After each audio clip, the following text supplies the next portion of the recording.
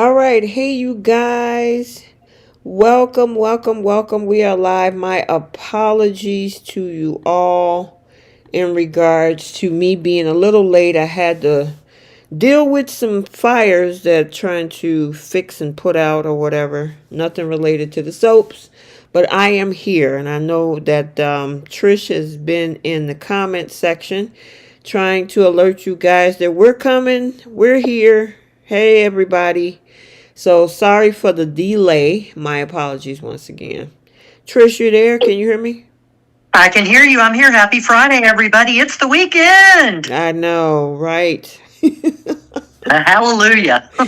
Yeah, I wish I could say the same thing right now. I mean, for a short work week, this was a long week. I know, right? Oh my goodness. It was, yeah, I'll just say that. Yeah, I agree. Let's focus on the fun. Yeah, let's focus on the fun and hope everything fixes itself. All right. So, welcome you guys to Soap Corner Talk, where I have myself T. I got Trish on the line. Bria will be coming on a little bit later. She's on the road at this moment, but she will be joining us probably around the Bold and the Beautiful recap. And then Keisha's dealing with some work stuff tonight. So, we will be just the two of us right now. And We got this. yeah, we got this until everybody jump on. Hey, Trish, remember it was a time where it was just you and I. It was. And that was whenever I met Bree, was whenever I wasn't able to come on, and then she came on, and then we all came on together. It's been so much fun. It has been. It's been a very interesting 2 years on the platform, 5 years from the inception of the actual podcast. So, yeah, we've been doing it and hanging in there, right? Yes, and I appreciate all the hard work you do because, quite frankly, you're the one who does all the work. We just come on and join you. Yeah. I will say, even though it's work, it's a lot of fun talking with all of you guys and with the soapies. So I'm okay with that. But thank you. Hi, everybody. Oh, my God. Hi, Kit Kat. Hi, Cheryl. Hi, Melinda, Melissa, Yes, Kitan, Quebec, Black Pink Me, Jenna, Marcus Nelson, Frenchie, Aditha Lee, Jenny. How's everybody? yes, yes, yes, yes. Also, can you tell how many people in the chat right now? Let's see. I see 80. Wow. Okay, we're gonna go ahead and get this started. We got 80 people in the building.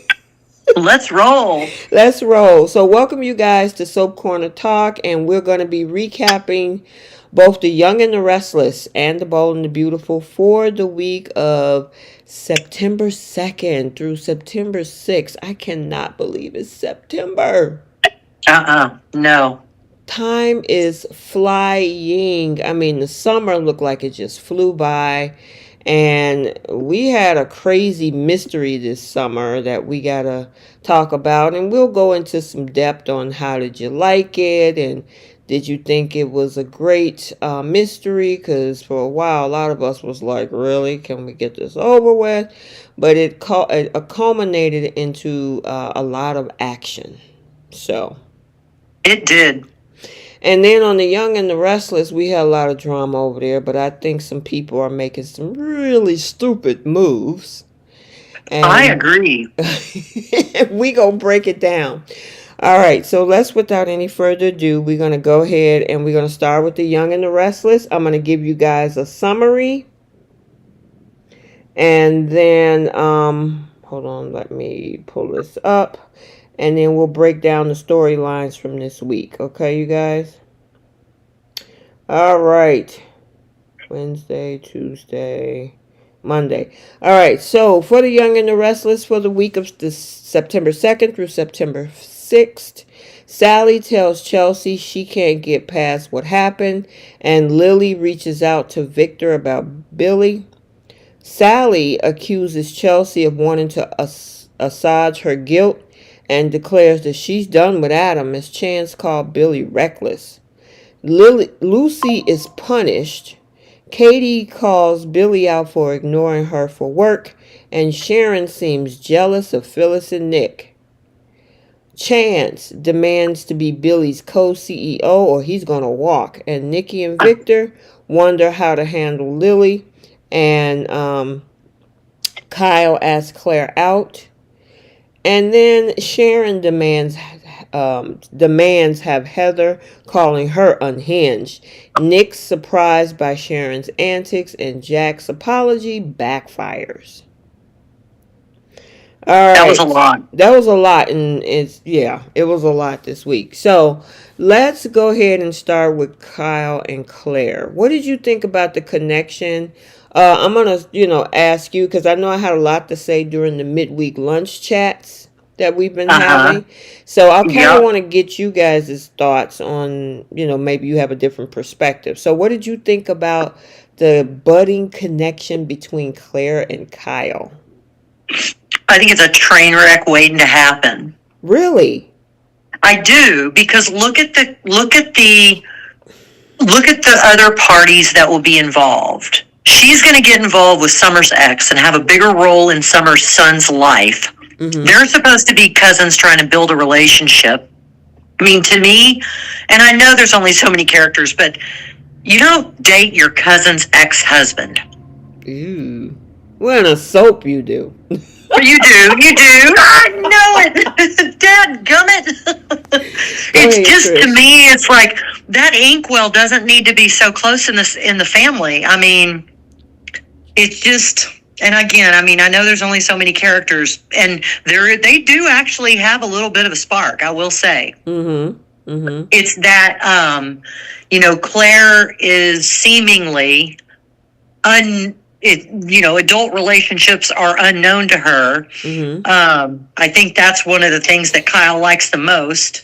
Because I mean, quite frankly, he likes to control things, and someone who has no experience would be a little easier to control. But yeah, I mean, there's chemistry there. What do you think? Because I was unable to listen. I have worked overtime this week. I haven't heard anything. No problem.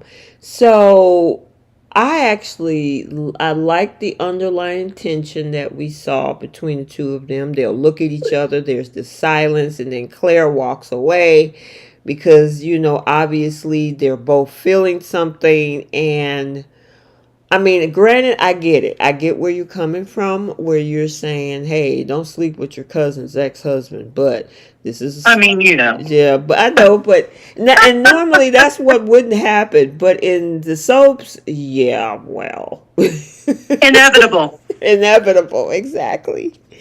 Um, but I didn't think of the perspective that you had in regards to is connecting everybody because Victor really don't want Claire in that relationship. Even though Victoria is supportive of it, Yeah. Victor is like, I'm gonna need, because he told Kyle to fire her. Right. So she can go over and work with Nikki at a company that technically he doesn't even have his hands on yet. Right? I mean, the audacity. Exactly. So I'm like, why don't y'all just stay out of this? These are all grown folks. If they're gonna want to choose to be in something with each other, then it's up to them. And then It is. on the flip side, I do like the fact that Claire seemed like she's helping him with trying to patch up the relationship with his parents. Yeah, I mean, she didn't have that, so she sees the value that he's giving up. Right. Exactly. I mean, you can totally understand that. I mean, she had literally an insane person raising her, filled with hate. And even though Kyle wasn't around his mom most of his life, Mm-hmm. they're both alive and they're together now. Mm-hmm. Mm-hmm. So I can see why she would be on Team Fix It. Yeah, now Paris Barnes says nice to see Kyle relax with Claire. And I do see she bring out Oh, that yeah. yeah, he does get relaxed around her. He can actually have a civil conversation without being sarcastic or snippy.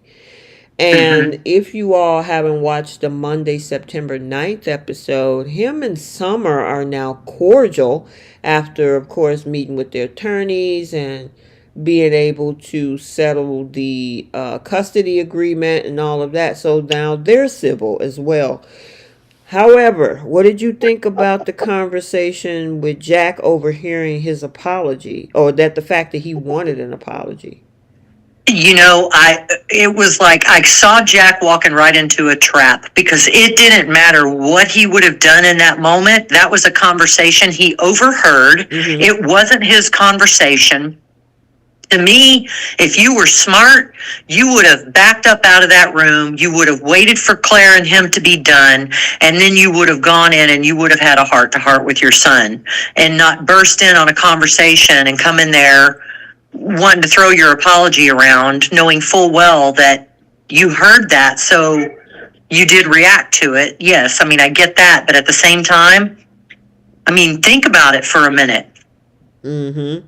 I agree with that. I honestly, in my opinion, I thought Jack was going to circle back later. It would have sounded more genuine Mm-hmm. versus him overhearing it and walk into it, and you only apologizing because you heard me say something. It's a forced apology tour. Right. And Right. those never work. Mm-mm. Now, I said this earlier today about the fact that it blew up in Jack's face because he ended up saying, I have to take some of the accountability. And then Kyle was like, what do you mean some of the accountability? And it's like, yeah, I agree with Jack. You got to take some too, Kyle. Yeah. Diane got to take some too. And I mean, and like I was saying earlier in the midday chat, I'm like, there's accountability for all three of them. There's plenty to go around. Yeah. So, and the reason that I say that, Trish, is because when Kyle and Diane was going back and forth through all this mess, Jack was MIA chasing behind Nikki. Nikki, exactly. And Kyle is the one who urged him to hire Diane for the position. That's the other That's part. what just pisses me off about the whole situation is, dude, if you would have just kept your mouth shut, or if you would have actually spoken your truth instead of trying to, make everybody else happy, you would have your position now. Your mom would still be in HR, and y'all would all be working at the same family business. Exactly. And there's some accountability for Diane, like Jenna is saying in the Totally. comments. I said this earlier. I said I know Trish and Jenna gonna want her to take accountability because Jack, I should say, was like, dog, don't say that about yourself. No, don't think like that. And I'm like, He Jack, was. no, go ahead, Trish. No, Jack, no. It is absolutely on her. All of it. It all started with her, and it's all going to end with her. I'm telling y'all, if by the end of this year she hasn't done something absolutely off the chain, I'm going to be stunned. Yeah, I honestly think that Jack need to let her own it. She's eating it. She's saying, "Man, did I make a big mistake?" And I fired my son and all this old type of stuff. You're not qualified for the job, ma'am. No, not at all. You're not. And I mean, if you got clients, and I know we've had this discussion over the past several months, if there are clients that are saying, hey, I still want to do business with the company, but I would prefer to do and close this deal with you and not this person, close the deal. It's still money coming in the house. Let me tell you, your CFO does not care where that money comes in as long as it comes in legally. It better come in. And if you can't bring it in, they'll find somebody else who can. They don't care what your last name is. Exactly. And she got all up in her feelings talking about how Kyle is undermining her and you went behind my back and closed that deal. If it was my son closing a deal that maybe I was struggling with, I'd be like, good job, son, high five, as long as we got the deal. I don't care. Well, and not only that, a corporation like that is not a one-man show. Where is your team? Exactly.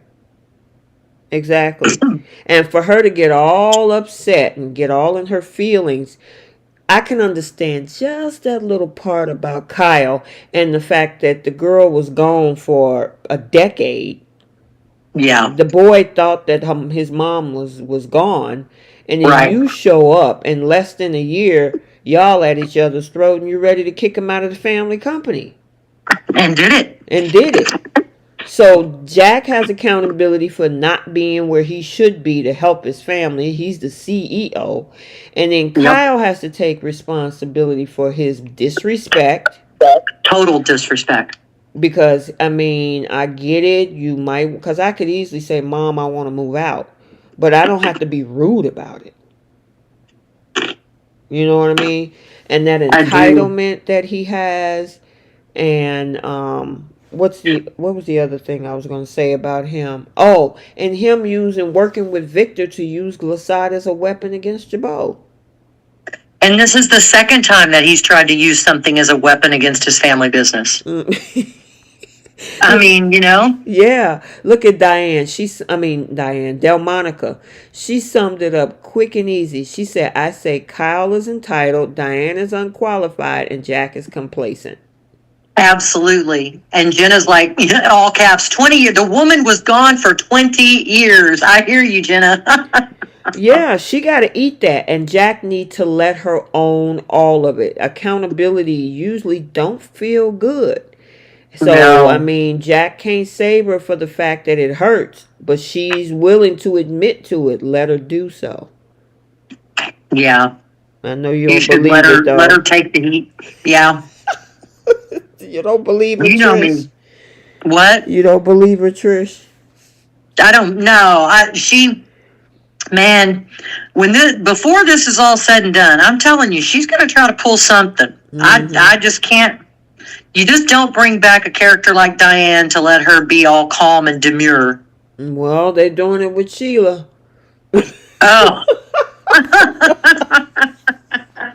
Sheila is playing Susie Homemaker with Deacon, and she ain't bothering nobody, unbeknownst to Steffy, who was hoping that she was the one that got rid of Hollis and Tom.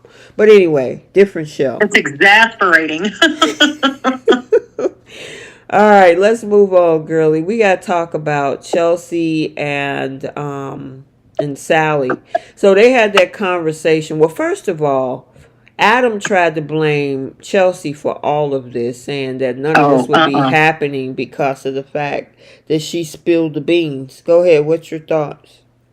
He's a bold-faced liar. He looked her in the eye more than once. Wouldn't answer. And then when he answered, he bold-faced lied, looking her in the eye. How would you, no matter how much you love that person, how would you ever trust that person ever again? I don't know. Maybe Sally needs to look in the mirror. Well, yeah, there's that. You got me there. I mean, listen. You remember Bree and I, we really, Sally and Billy, yeah, y'all ain't got no room to talk. Nobody does, right? Neither of the four of them. And the other thing with Sally is the fact that she know who Adam is. Known the whole time. She know who he is. I mean, to think that he's this different individual. Adam is going to move like Victor Newman. Victor always do crazy things because of the love of his family. Yeah. Okay, sure. That's what you want to. Yeah. Is that what we're calling it? Yeah, that's what we're calling it, I guess. Okay. Right?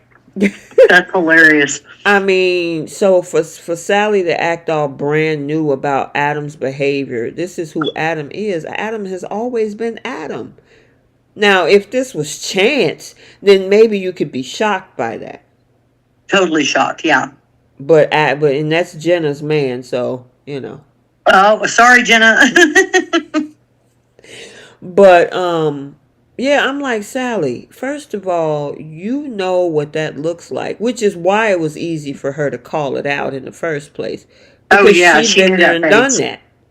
Mm-hmm. You know, and okay, and then just let's move Bold and the Beautiful out of the way, because she did some crazy things in LA. But let's just even bring it up to the past year and a half.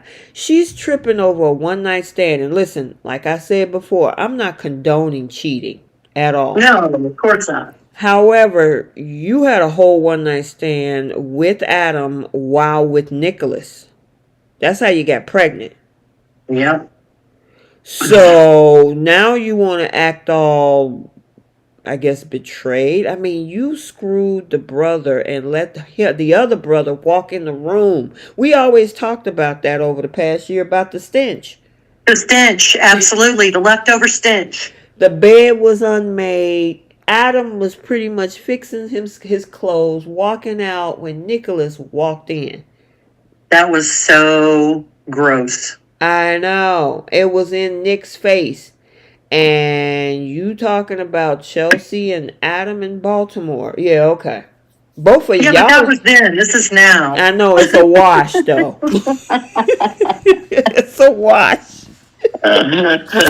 Oh man. Bad. You know, I mean, if you were divorced and you had a child that was going through something really heinous, I could honestly see how you would possibly be drawn to each other in that kind of way. Yeah, because the thing is, it's interesting about the fact that it never happened again. See, if there was some actual love connection there between Mm-hmm. Adam and Chelsea, then I would think they would try to do it again, or they couldn't resist each Right. other, or you know. But they have just been pretty much. It was a one night stand. They hated themselves about it and had just tried to keep it a secret. And I think that's the part too that It's the Sally can't secret. stand is the keeping of the secret. I agree 100%. I think if they had come home and sat down, all four of them, and said, "Oh my gosh, we have to tell you." I mean, own that, own it. You did it, own it, tell the truth, and then let the cards fall where they may, so that people can make an educated decision on how they want to move forward. Mm-hmm. And I know that's not easy to do, and it's still what should be done. If you cross that line, you need to be a big person. You need to own that. Mm-hmm. Yeah. And so, as much as Chelsea wanted to say something, the problem is still there's another issue. Because even if they would have had that conversation, Billy has disdained for Adam. Oh yeah. And he was like, when he had the conversation with Jack, he was like, maybe I could possibly overlook or maybe forgive, but because it's Adam, it's a whole different story. Yeah, I think that's true. Mm-hmm. Yep. So I don't know. I just think that at this point, I've been over Adam and Sally a year and a half ago. After they really got me with what happened with Adam, Nick, and Sally, I was done. So to put them Uh, two together, I was not excited about that when they put them back I together. know. I remember, and I got to tell you, I was. I didn't want to be excited about the second time around, but then I found myself right back where I was before when I wanted them together, because I Really? was so annoyed at what they did. Yeah. And I really did. I wanted them to make it this time. I really did. And then, of course, that happened. And you know how I feel about Chelsea. It's like, oh, come on, man. Seriously, we're going to do this again. She tried to poison you, or tried to make you take the rap for poisoning people. And then, all the stuff. It's just Yeah. toxic. Yeah, it And, is toxic. and I was hoping that maybe this would be the opportunity. To me, honestly, in my opinion, and I said this week as well, I honestly think Sally need to go back to Bold. I just don't see it here. Honestly, honestly, I would not mind that at all, because they need more fashion on the Bold and the Beautiful. Like, I want some more fashion shows and remote shoots, but I know we'll talk about that. But Yeah, I just don't. They really haven't. Okay, I won't say she did get that Emmy. Courtney Hope Mhm. did get that Emmy for the Ava Lost storyline last summer.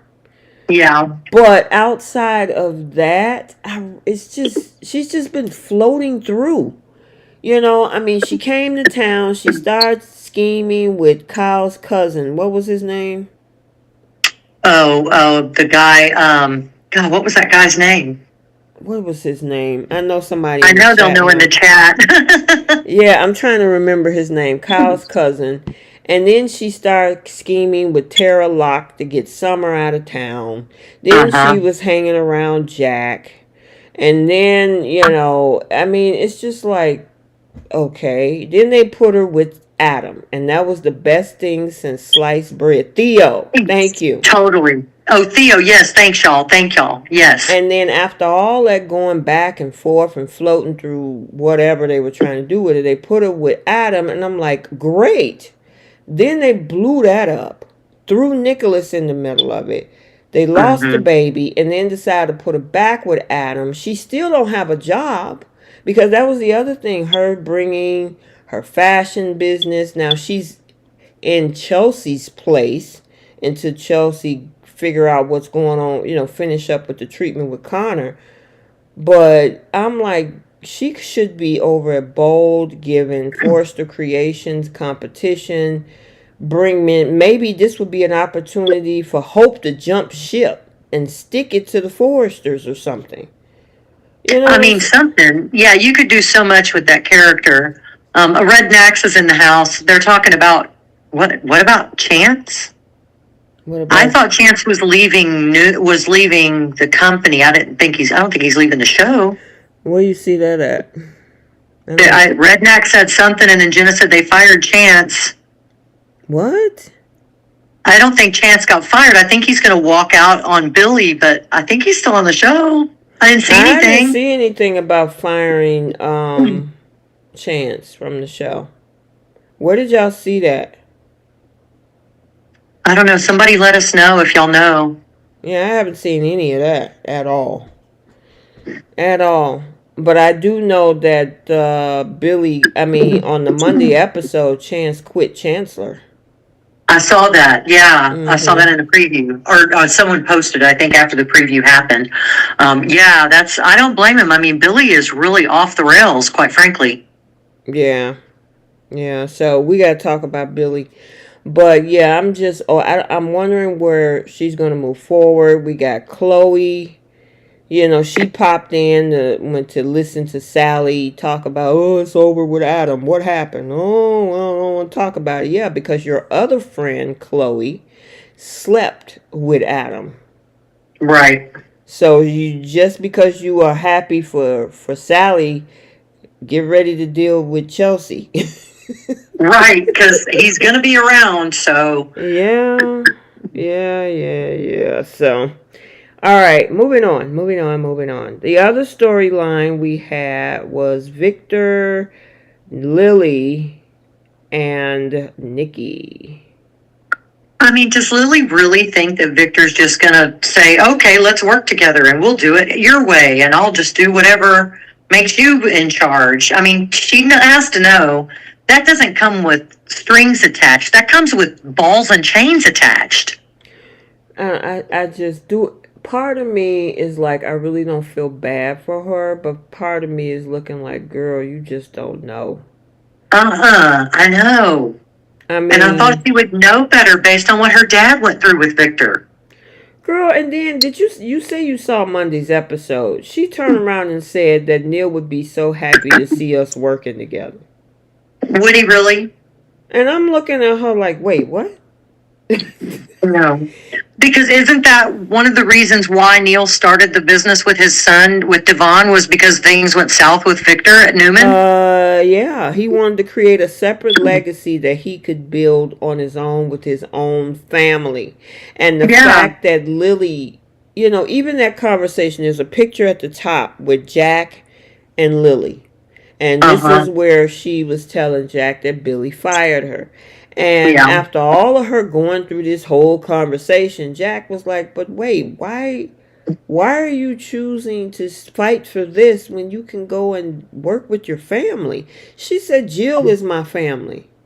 And I'm like, Well, okay, in a roundabout way with the kids, but Jill chose Billy. You worked there. exactly. She could have gave you the reins if she really wanted you to have it, but she gave it to her son. She wouldn't because Lily's not her flesh and blood. Exactly. It's called generational wealth. Bingo. And most of us don't have it. I mean, Victor is planning. That's why Victor always said that that CEO seat will never be in hands of a person that is not a Newman. And that's to be expected. Yep. When you build a multinational conglomerate type of corporation, more often than none, if it's family owned, they're going to want that business to stay in the family. Always. And for Lily to think that just because Jill threw her a bone right after she got out of prison, and she's the CEO and she did a good job with the company, at the end of the day, Jill is going to give it to her son. Yeah. Yeah, that co stuff never works either. I don't understand why they keep doing that. Nope. Girl, listen, I ain't seen so many co-CEOs. I mean, they over at Forrester. You got co-CEOs over here on The Young and the Restless. I'm like, come on, how many co-co-cos can you have? Exactly. Be for real. Yeah, it's just not a smart move, and to expect that she's gonna make a deal with Victor and he's gonna respect that. Mm-mm. I mean, did you not learn from your cousin? Anybody that came before you. Anybody. Yeah. Look what he do to his own kids sometimes.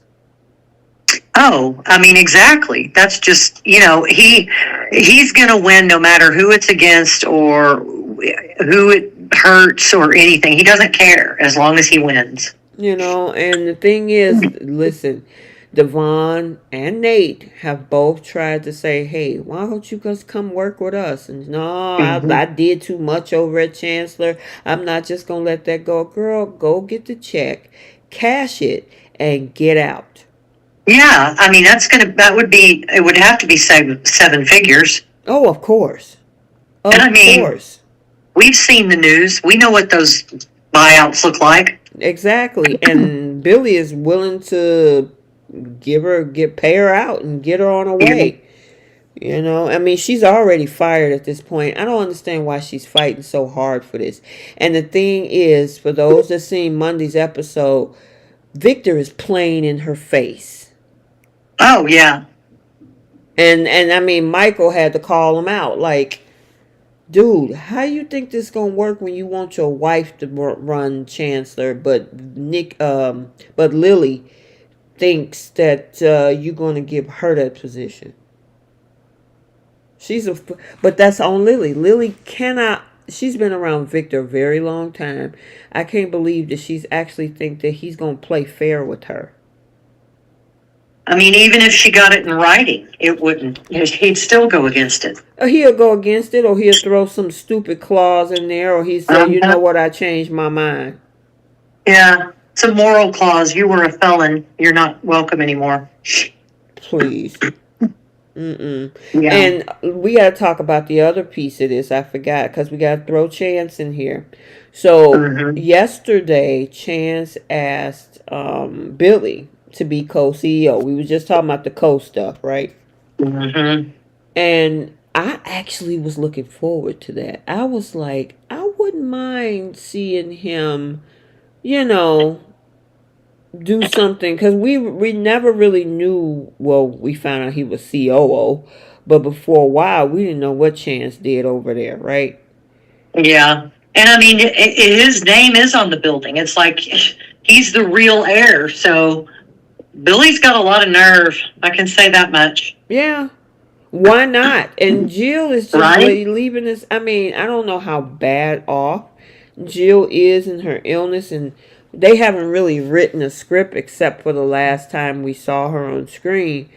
But Jill gotta be like, look, I'm well enough to tell y'all, give Chance a piece and you take the other piece. Jill is just like, it seemed like she just threw her hands up and just let them figure it out. I'm like, I get it. I mean, unless she's deathly ill or something. Which, I mean, make a story, let us know what's going on. And two, give her some airtime, Yeah. She's one of the veterans. I mean, but Chance had a good point. He's like, shoot, your name Abbott is in the front. I need to protect the legacy for my side too. Yeah. I mean, Devon and Chance are the remaining two chancellors on this show. Exactly. They're actual biological heirs. And Devon is stepping out the way. He like, look, I'm not, I'm going to run Winter, so Chance should have a piece of the pie too. Right. Absolutely right. But unfortunately, he's going to quit. So I don't know. I'm hoping that they haven't fired the guy to play Chance. I really like him. Oh, I do too. And I know Jenna loves him, and I know that if he if he leaves, she's gonna have a conniption. Oh no. Sorry, Jenna. I hope that's not true though. I hope not too. I wish he had a bigger part. I'd like to see him more. Yeah. What else we got? But yeah, I just think Lily is making a huge mistake unless she got other things going up against Victor next week. Because Michael put Victor on notice. I don't know if you playing the right game by trying to play Lily like that. And then he turn around and say, oh, well, she'll come to terms with it eventually. Wow. I'm like Lily. I can't stand what he's doing, but I also look at Lily and like, girl, you should know better. You should know better. Yep. So whatever happens, it's going to be on you, sweetheart. Absolutely is. You allowed it to come to fruition. Yep. And actually escorted it through the door. So here we are. Oh, Melissa said they should send Chance to Bold for Hope. Oh, okay. Honestly, I wouldn't mind that. You wouldn't mind putting Hope with Chance? I wouldn't. Interesting.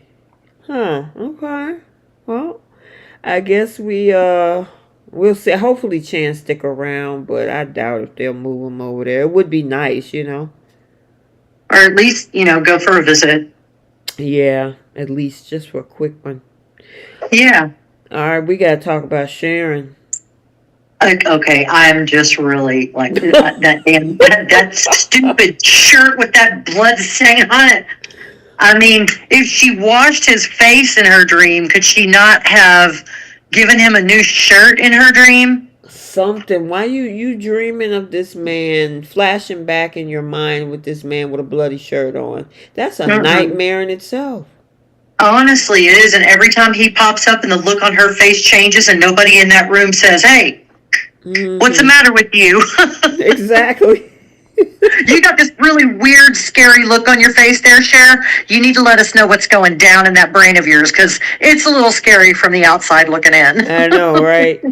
Thank you, Del Monica. 69 likes and 154 in the chat. Please tap. Oh, my gosh. Yes, please tap that like button. Pretty please, and make sure you're subscribed. So let's first start off at the hospital, because Phyllis shows up, and I thought, and Bree was on that midday challenge, midday live on Wednesday, where she seemed pretty random. I thought maybe she was surprisingly maybe looking for Lucy, but she realized Lucy was already gone, and she was up there for Faith. Did you find that kind of random? I thought it was a sweet gesture, but I thought it was also random for Phyllis. I thought it was a sweet gesture. I didn't really see it as random because I know she's been hanging around Nick a lot lately. Okay. So I figured that would make a connection sense of all of that. And at the same time, I thought, Phyllis, after what happened years ago, you probably shouldn't be there. Mm-hmm. It's like, is this the better judgment here, or is this you just nosing in? Yeah, that's what I was wondering, especially with Sharon. Sharon was already upset with the first conversation that Phyllis had with Faith in the park. Yes, she was, and she made it known, too. Yes, she did. And then you come up there, and I guess you want to be a support system. She's giving Nick all this advice. She touched his face right at the time when Sharon was looking on the other side of the curtain. That's a very intimate touch, to touch someone's face like that. I know. That's a private kind of touch. That's not in a hospital waiting room kind of touch, I don't think. I don't know. Am I wrong? Am I right? Am I wrong? I don't know. I don't like people touch random people. I mean, she's not random. I mean, obviously they No, know each don't other and they touch got my face. history, but don't touch my Honestly, face. don't touch my face. I don't even like. Even my husband knows. Like, don't touch my face. It's like it's one of those things where you either don't mind it or you don't ever want anyone to do it. And I'm a don't want anyone to do it. Like, don't touch my face. If I was an actor, we would have to perform based on the fact that you're not ever going to touch my face like that. That needs to be in my contract. Yeah, something. Well, when Sharon came across the other side of that curtain and saw that, her face turned from all smiles to WTF. Yeah, she looked both hurt and angry and confused. Yes. And then she wanted Phyllis out of there. She was like, don't you need to leave? I mean, Yeah, and when she was like, oh, I'll take off, and Faith heard her. that was And so funny. that was funny. I Sharon was laughed out like, loud. oh, Sharon did not want Faith to Mm-mm. call her in that room. She was looking crazy. She did not. The look on her face was just like, "Are you kidding me? Exactly. Are you seriously calling this woman into the area where you're laying in a bed because of her granddaughter?" Right. And here's the other part about it, too, because she overheard that part of the conversation. Because here, the interesting thing is Faith was blaming herself. Yes, it And was. we did see Phyllis say, well, Lucy's part of the blame. But there's also that other part of the ending of the conversation where Phyllis was like, it's nobody to blame. And I'm like, well, you did just say Um, Lucy was to blame. Now you said yeah, nobody was to blame. And yeah, that's yeah, when Cameron showed up. yeah. It was definitely because of Lucy. Yeah, it definitely was. It all stemmed from Lucy. And Sharon is right. She has a fixation on Faith. We all saw it happen. Mm-hmm. I agree. She doesn't make friends her own age. She doesn't want to. She wants to be Faith's friend. Well, you're not going to be Faith's friend. It's not happening anymore. Right, right. Oh, we're going to get to that part. Ooh, jeez. That was off the chain. That was off the chain. I like to see that part of Sharon Case, though. It was fun to It watch. was funny. I haven't Yeah, the seen look on Sharon. Heather's face. Yeah, I haven't seen Whew. Sharon Case play angry Sharon in a while. It's good, isn't it? She's so good. I'm Uh, glad they're giving her a dynamic role to play, just except for the fact that Cameron is in the background with that stupid shirt. Other than that, I'm thrilled to see Sharon have a great part. Right. So then we swing. So we swing over to the ranch where they come home, and Victor and Nikki shows up, and the look on Sharon's face is like, "I can y'all go home? I don't She want was to." exasperated. She was.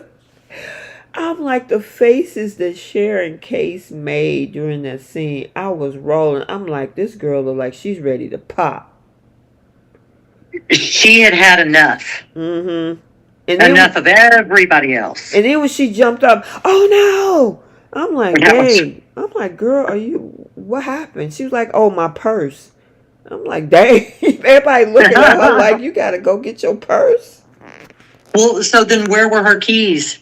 Mm-hmm. Well, when she got outside the door, Cameron was like, your purse. Oh, we know where you headed. Yeah, he knew. Oh Now my let's, God, that was girl, funny. listen. Let's get into Heather over at Heather and Daniel's house because Lucy was cutting up.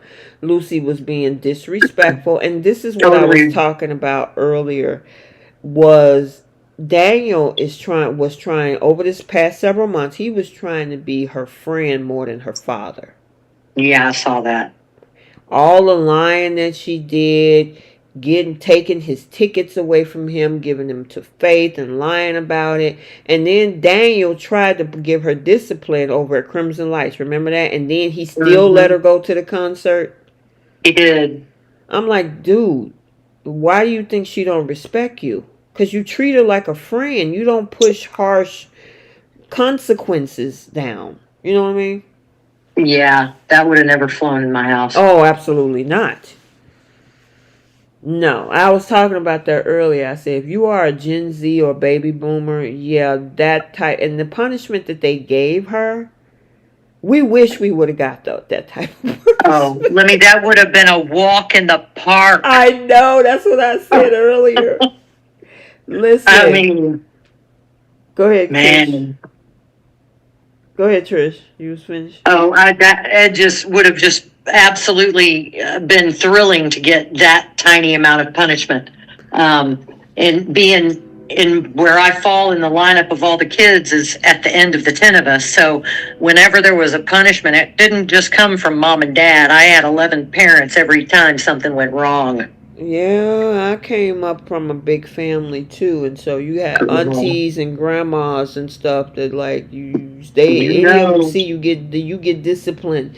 And with Lucy, she had to put money from her allowance to the Cassie fund, yep, community service, write a letter of apology to Faith and Sharon and Nicholas, and push back her driving class for a year. And I'm like, girl, you should be able to deal with that that is a walk in the park. compared to what we had. Literally, because you're not getting your driver's license. She went up in there mad, and they even wanted to say, hey, they tried to even plan a trip. And I gotta say, Heather would be like, well, we could be rewarding. Was that Daniel? One of the two of them will be I think it was rewarding. Heather. Yeah, we'll be rewarding her with a trip. And she was like, well, that'll give us some time to get away from all of this. And kind of, and I can agree with that part of it. She would still be on punishment, but with all of this stuff going on in Genoa City, and after that whole rant that we still got to talk about with Sharon, I don't think they need to be anywhere near a very unhinged Sharon. Yeah. And then let's talk about Sharon, because Sharon showed up at that apartment.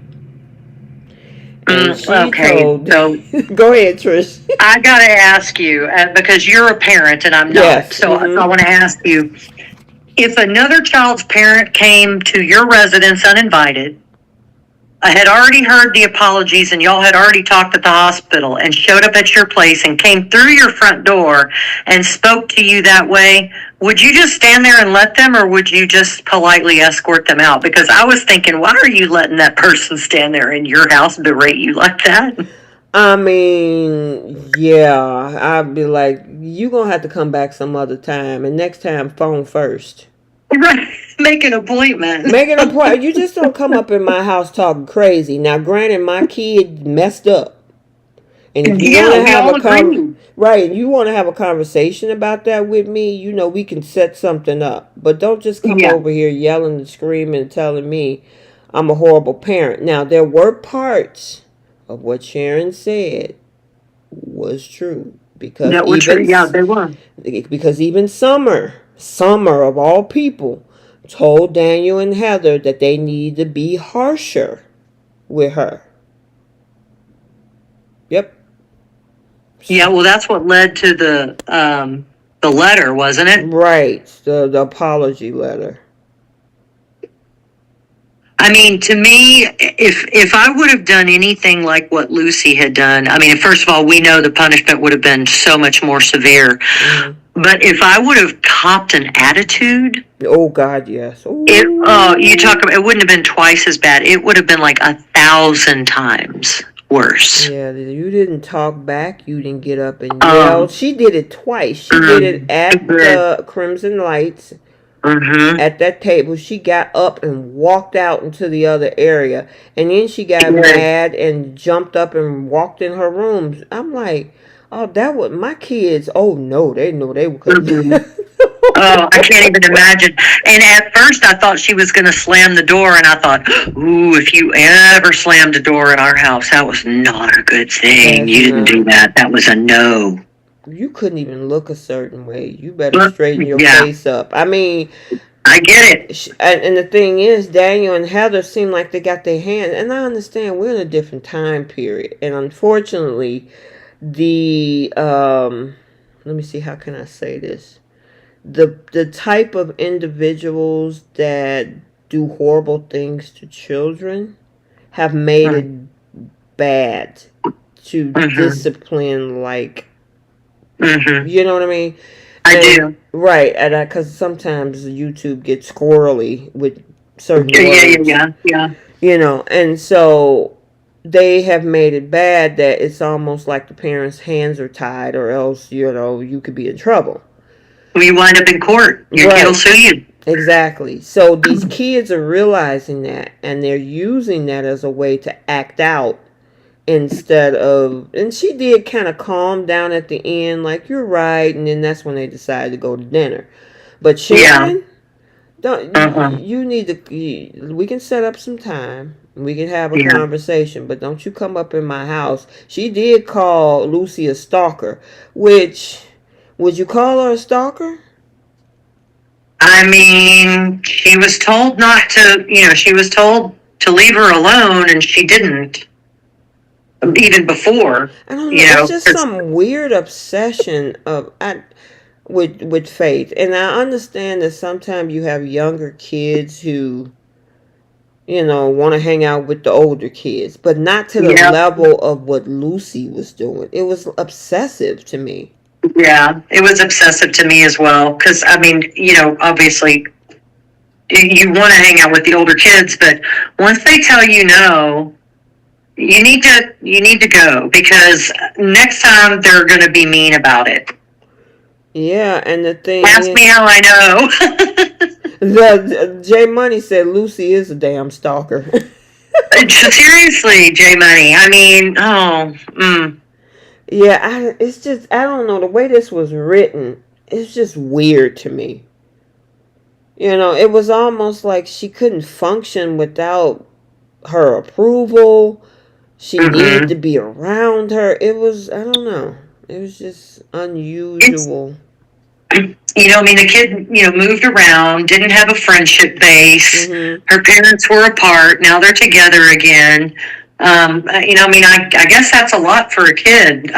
Yeah, but you got Johnny that's in town, You Katie that's in do. town.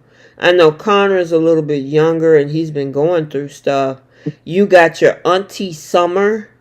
Mm-hmm. Phyllis in summer. Well, Phyllis was so busy worried about Harrison that she wasn't worried about her granddaughter Lucy No, not a bit. until something bad happened.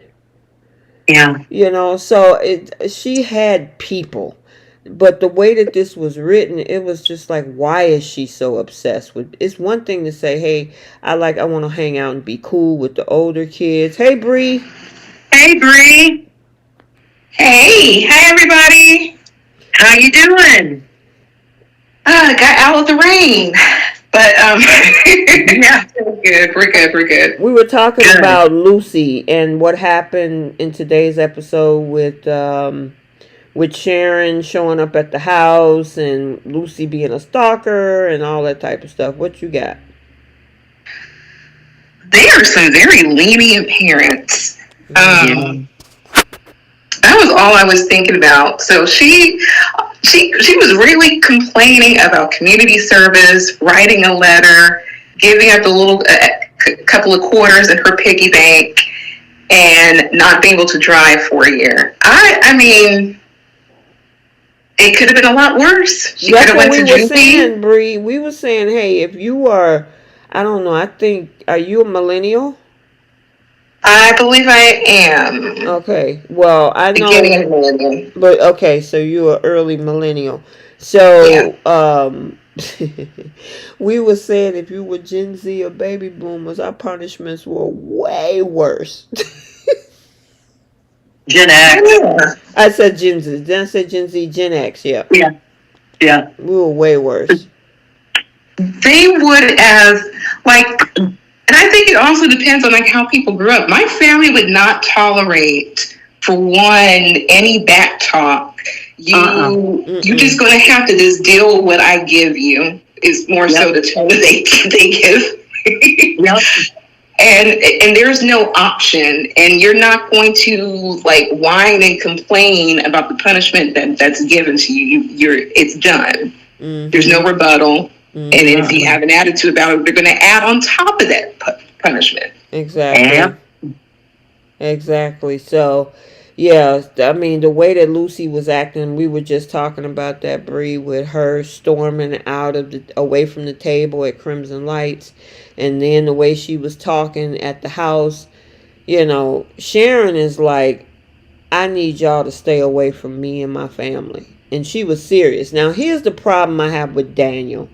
You get over to society, walk in the door. Heather is like, uh-oh, we wanted to not deal with this. Maybe we should go somewhere else. He was like, no, everything will be fine. And you go up to the table, stand there after Sharon just went off on you and say, so, how are you doing? And Heather was like, hey, Sharon. And I'm like, can't you guys just say hello and go to your table?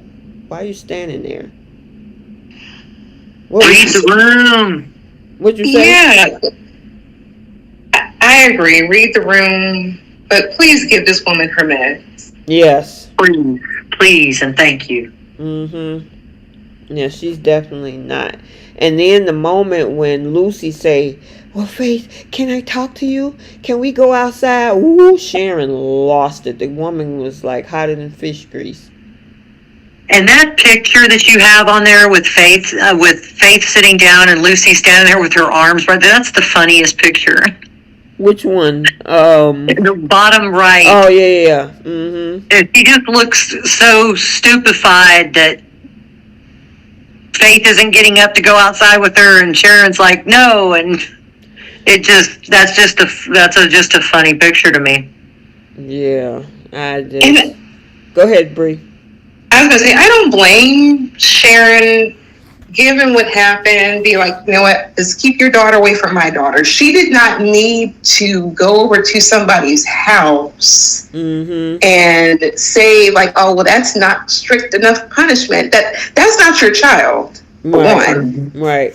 Two, we're going to, and that's why I appreciate what Daniel said, like, we're going to deal with how we're going to deal with the situation, but we agree we need to keep the girls apart. It should have been simple as that.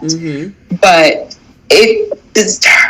she's going to have to realize they all live in Genoa City. These girls are going to be bound to run into each other. Hell, they share a relative, Summer.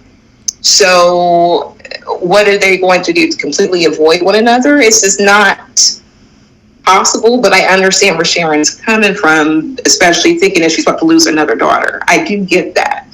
But give this woman her meds. Yeah, and as for Faith, she should be getting ready to head off back to college. So, Lucy, what are you going to do, Lucy, then? You going to follow her on to college or try to call her or pen pal her? I mean, at some point, you're going to have to let this go, little girl. She's 4 years older than you. That doesn't work that way. I think it's more like 7. Is it 7? Yeah, because she's like 20, 21, and Faith is, Lucy's 14. Oh, Lucy's 14 or 15, huh? Yeah. She's got to be 15 if she was trying to get her learner's permit or driver's permit or something like that, right? Honestly, I don't know. Oh, no. It depends on the state. It's been a minute since I did it. Yeah, it depends on the state. Yeah, but Sharon needs her meds. That's the bottom line. I agree. We were just talking about that before you jumped on, Bree, about because Trish asked me, being a parent, would I let another parent just come up in my house talking crazy to me? And I was like, no. No. I can't imagine. No. See, and the thing is, Heather, I get Heather was trying to protect her daughter. I do get that. You know what would have been much better versus them writing a letter? They could have said, you know what you're going to do is we need to figure out what's going on with you, what's going inside of your head. We're going to have you go through therapy because it's not a normal thing for this girl to go and steal alcohol from a bar and steal alcohol from their parents' bar too. And unless they're trying to really self-medicate something. I think Sharon probably would have been okay with this girl getting some therapy versus them having her write a letter and this new community service. Right. I think the therapy was much needed than what they suggested. Girl, one thing I notice about Young and the Restless is that they like to have folks run around and be unhinged before they actually get the therapy. Right. Even when they're already supposed to be in therapy. Right. Exactly. Did you talk about how Lucy's sorry grandmother hasn't made a mention about her, but made an effort to go see what's going on with Faith? Yeah, we did. Took a teddy bear and everything. But said nothing in regards to her own granddaughter. Mm-hmm. Yep. J Money said that he had absolutely no problem with what Sharon did or said. Lucy is out of control, and if I was in her shoes, I would be damned if I lose another child to someone in Danny's family. I mean, and the thing is, like I said, I understand where Sharon is coming from, absolutely, but it's unrealistic for those for those girls to not cross paths. They share. Let's see. Lucy has Summer's her aunt, and Faith is Summer's sister. They're related in a broader sense, so they're not going to completely avoid one another. It's just unrealistic. Plus, they all live in Genoa City. They have relatives in Genoa City. I think to the best of their abilities, while Faith goes to college and Lucy is with her parents, that can kind of subside. So the fact that Sharon had to storm over to other people's house and make that demand, I think it was pretty obvious that they were going to need to stay away from each other. Yeah. It was more than obvious. She didn't need to do all of that. That's just me. Yeah, I just didn't. I mean, Daniel was the main one that said that we need to keep the girls away from each other, and then you go over to society and talk to them at the table. I'm like, yeah, you could have went elsewhere. Heather tried to stop you because they could have went to the GCAC and had dinner. Yep. They could have cooked at home. Nobody cooks at home. Coulda, woulda, shoulda. Or if they didn't want to cook, they could have ordered in takeout or something. I mean, and then you got Sharon spazzing out because she triggered when Lucy asked her outside. It's like, what do you got to talk about? Exactly. I mean, you didn't apologize for the 10,000 times. It's like, what else you got to say to her? She's still a little girl. She don't know. She is. Totally, you're right. It was so desperate. I mean, she a little girl, but she tried to act grown. With her bad butt. They should have put that girl through some therapy. That's what I was hoping to hear, but she definitely got a slap on her wrist. I mean, it was just piggy bank, community service, and a letter. Yeah, after having alcohol in her system, yeah, I think that in the hospital telling you that, I'm surprised they didn't say nothing to them. Mm-hmm. Yep. Because she's so underage. It's not like she's 17. The girl is 14 years old. They should have been giving them the side eye. And didn't they say she was drinking above the normal limit, too? Yeah, they said she had enough alcohol in her system that even a grown-up shouldn't drink. Well, a bottle was like 2/3 empty whenever Faith threw it out. There was only 1/3 of the alcohol left, and if you're talking hard alcohol, I mean, that could literally take you out. Yeah, I know. From alcohol poisoning. Mm-hmm. That is so sad. That girl needs therapy. Yeah. And they knew that. They have enough common sense to know that. And I think Heather had mentioned it. I don't know why they didn't go in that direction, but oh well. Yeah, but Heather and Daniel, they're just, to me, it just seemed like they don't parent well, in my opinion. They try to be her friend and keep her calm all the time. Instead of, I mean, now we kind of see them trying to put harsh things down. But pretty much this girl was lying through her teeth for the last 2-3 months to Daniel. And Daniel's like, okay, go to the concert. Yeah, it was crazy. And then she gonna get caught in a lie. According to the spoilers, she gonna get caught in some more lies next week. So Wow. And it's the parents' fault. Yep. Yep. And on Daniel, part of Daniel, I think he's walking on eggshells around this girl because he just repaired the relationship with her. Yeah. Right. So he's probably thinking like, well, I don't want to push too hard. I might push her away. No, you still got to be daddy, okay? You got to be You a do. father. Yeah. She might not like some of this stuff and this punishment, but that's part of your job, sir. Yeah. So, And it's you got to want to protect her from herself because she clearly does not know any better, and she cannot stop herself. So you being the adult, and on top of that, you love her unconditionally. That's never going to change. So you should feel more than comfortable to be her parent and step in and let her know what's right and what's wrong. Don't worry about being her friend. Be her daddy. yeah. On the only other thing on this storyline, and no shots toward Lyndon Ashby, but we don't want Cameron Kirsten. We know that's a paycheck for you, Lyndon Ashby, but him and you in the bloody shirt, it ain't happening. Go away. Yeah, I'm so sick of that bloody shirt. When I heard that he was coming back, I thought he wasn't, Gone. I thought he was, I thought he was alive. I thought they were bringing him back alive, not as a talking ghost. I mean, I like Casper better. Oh, Lord.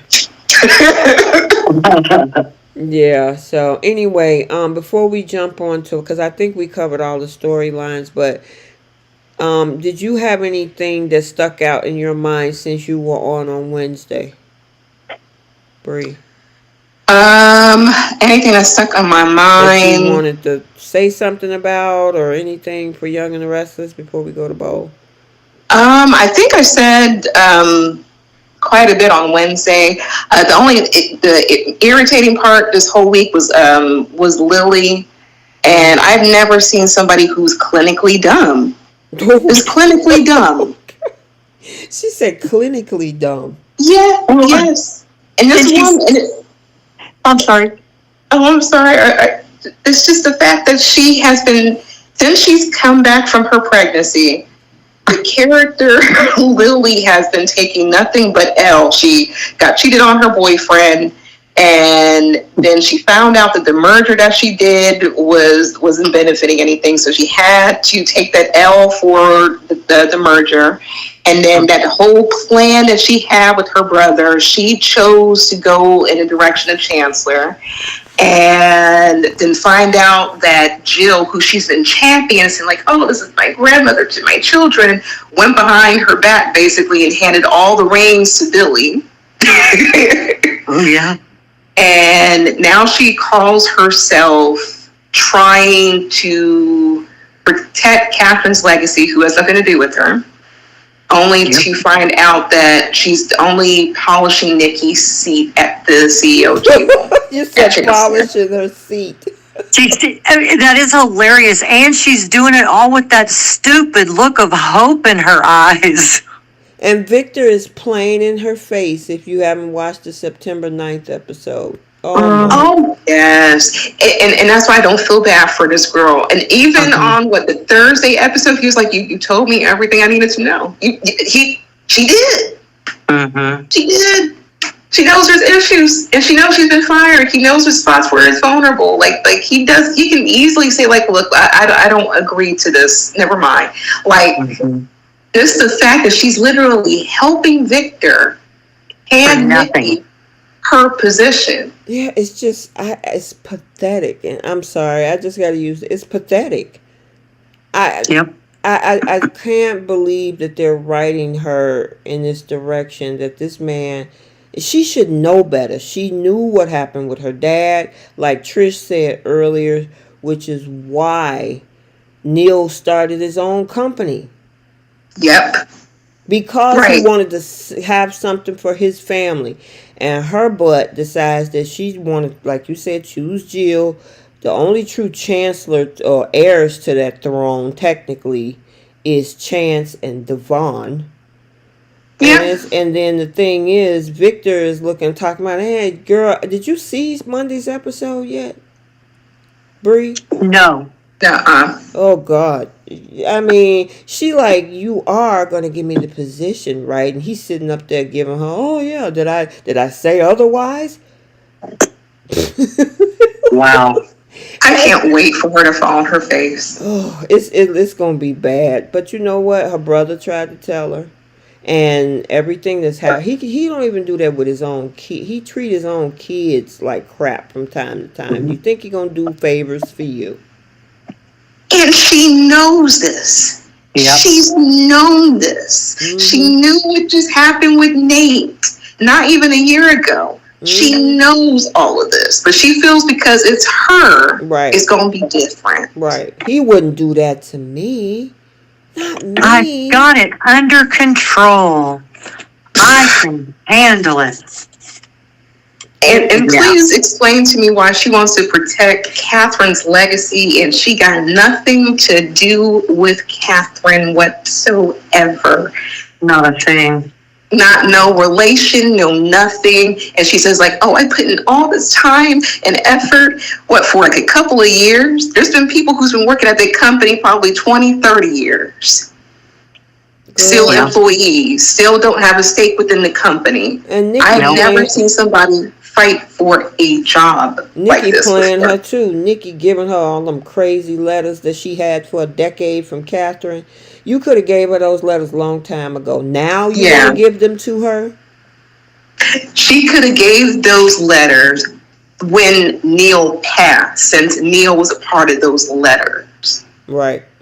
Yep, that was like just the fact that she just had that. This is why you cannot put anything past Nikki. This fake nice, this fake friendliness, and same thing with Lauren too. Lauren, of all people, knows how the Newmans operate, and she was trying to glorify them like, oh, well, they're these smart, savvy people. You know, we need to lift each other up as business women. Like, oh, you're having a meeting with Victor? That's great.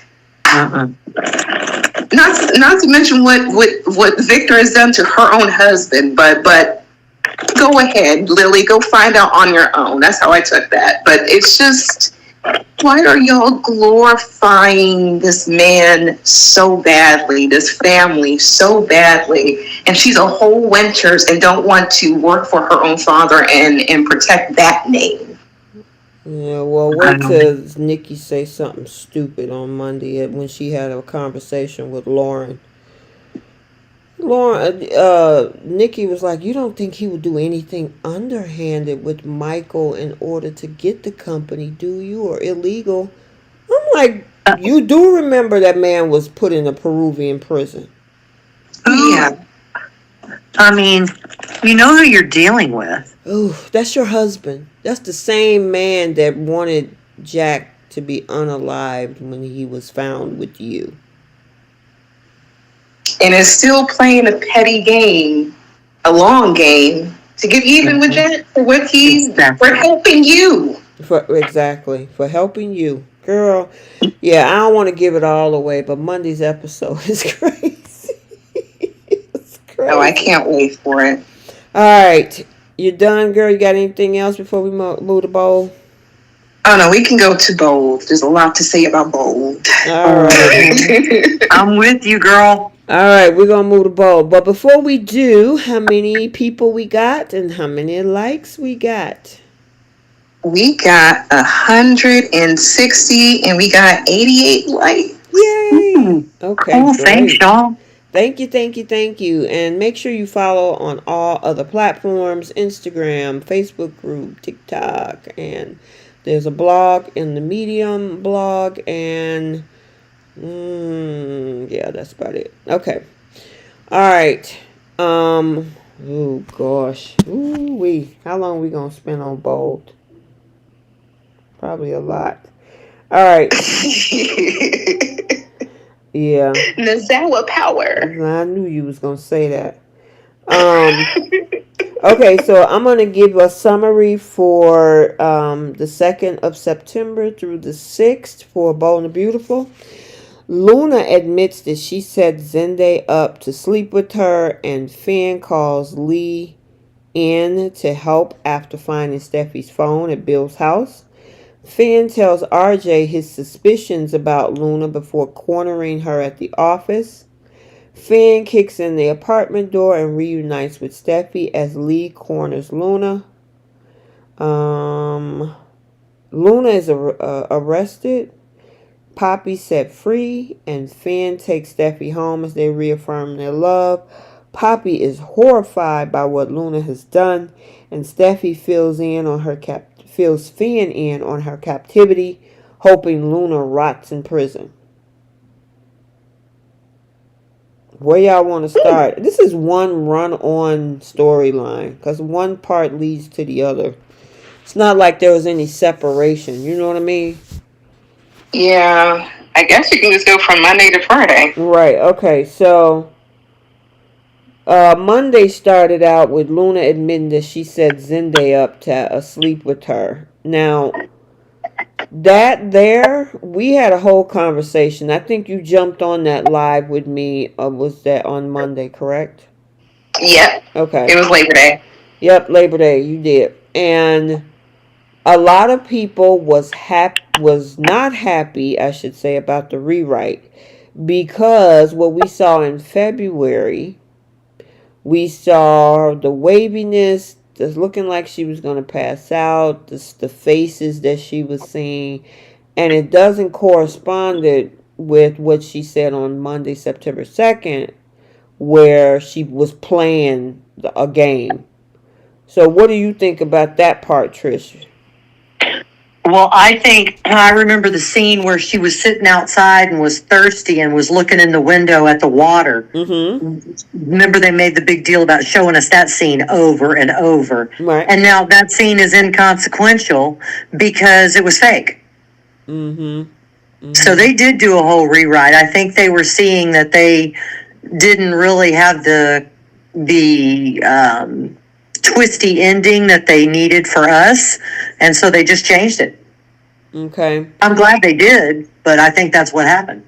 Now, because it's split amongst the fans. There are a lot of people that's not happy about the rewrite. They're saying that didn't happen. How can you say she played this whole game when we saw what we saw with the visuals? On the flip side, there are other people that are happy about this because this vindicates Zende because of the fact of the whole consent question that was causing so much uproar back in February. Mm-hmm. And so a lot of people was like, okay, good, that let Zende off the hook. She was actually playing him, so we don't have to deal with the consent issue. What's your thoughts on that part of it? I agree. I mean, it took that off the table. Mm-hmm, mm-hmm. And I'm glad for that because that was really one of the things that I was most upset about with the whole Zende situation, because he got painted into a corner. And I know a ton of people online were so livid about that. And we had talked about that as well. Mm-hmm. I just was very unhappy about that whole thing. Right. So either side, if it had stayed on the February side, there were a lot of unhappy people, and now we're on the September side of this. There's still some unhappy people. There's always going to be unhappy people, right? And Bree, I know you had your take on Monday, but if you wanted to say something else about that whole thing. I'm just thrilled that Zende gets his vindication, because this also means that people can get off the actors back. Mm-hmm. I was really stressing that. I hate when actors are getting attacked for a fictional storyline that they have no say in as far as what they do. I agree 100%, and that's one of the reasons why I like this particular channel the best, because we don't allow that at all. No, absolutely not. You will get blocked. You will get deleted off my channel. I don't tolerate that. We can talk about the character and things like that, but when it comes to the actors and actresses, that's a no-no. Yeah, it's just so unnecessary and childish. And like, who's that bored? They work so hard. I mean, the amount of dialogue they have to get down for us, and they don't. Well, unless you're Lawrence St. Victor and a couple of the others, most of them don't write that dialogue. But the memorization factor, and then hitting the marks, and having to look just so, it's a lot of work to do that job. Mm-hmm. And then you're putting yourself out there on the platform to the world and getting ripped down for literally doing your job. Nobody deserves that. Mm-mm. Yeah. And talented actor, everyone's just trying to get their paychecks. That's pretty much it. We're just trying to all make a living. Mm-hmm. And for him to get attacked on his personal side, that was just, I don't condone that. That is so stupid and just, ugh. But I was happy, and this is something I always suspected too, was that I kept saying, I think she knew that what she was doing was Ende. Mm-hmm. And I also got to take into the fact this girl also had alcohol, this man also had alcohol. I think this girl has always had some sort of tolerance level to her mother's mints, which we'll get into that later. Mm-hmm. Because none of that caused hallucinations. Yeah. And I think she was just saying whatever came to her head, to be honest. Yeah. So, the other part of what happened on in there, I mean, she just started spilling the beans about this, and I gotta say, Brooke owes Ende an apology for trying to send him off to Antarctica for this. Yep. Yeah. I mean, RJ punched him in the face. I mean, these two men were fighting each other at some point. Yeah. Over a psychopath. I can't hear and you. Poppy What you say? Pushed him. Yeah, Poppy was pushing him around and stuff like that too. So, that was messy. And then we see Finn have a conversation.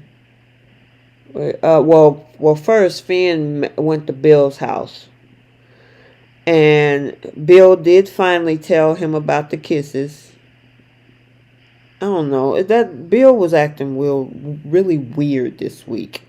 It was like he was in some type of daze. People were saying that he was robotic. Robotic, yes. You think he had, that maybe Luna had been slipping him something? I don't know, but if you watch how he moved around the set, and if something happened to the man in real life and he's injured, I'm sorry. I hope he gets better.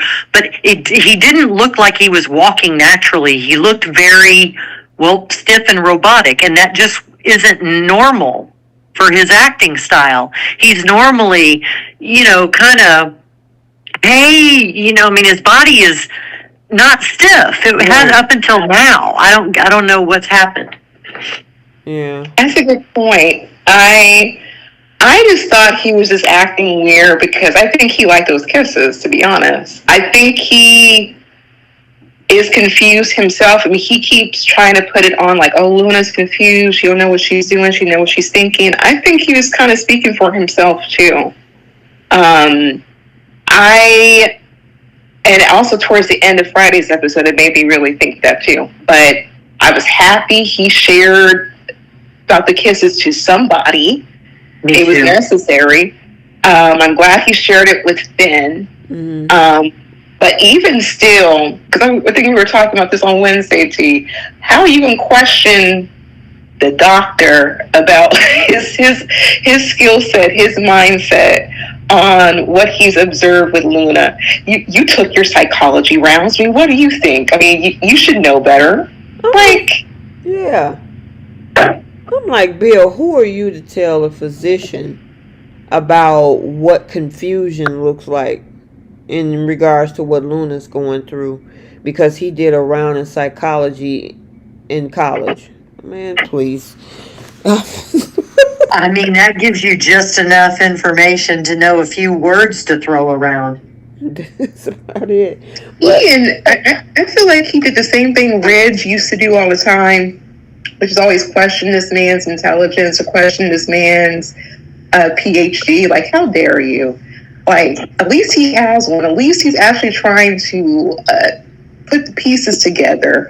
Meanwhile, you got Bill over here trying to let this girl still move in with him, stay with him after she kissed him. After you would think he would want to remotely remove himself from this situation. It could have ended a lot of different ways. She could have accused him of different things, and it just you could have blackmailed him. It could have been a lot of things. Mm-hmm. Get her out your house.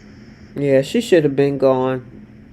Absolutely. And then, we forgot about the part where Luna told Steffy that Zende was the best sex she ever had, and how RJ was just a sweet boy.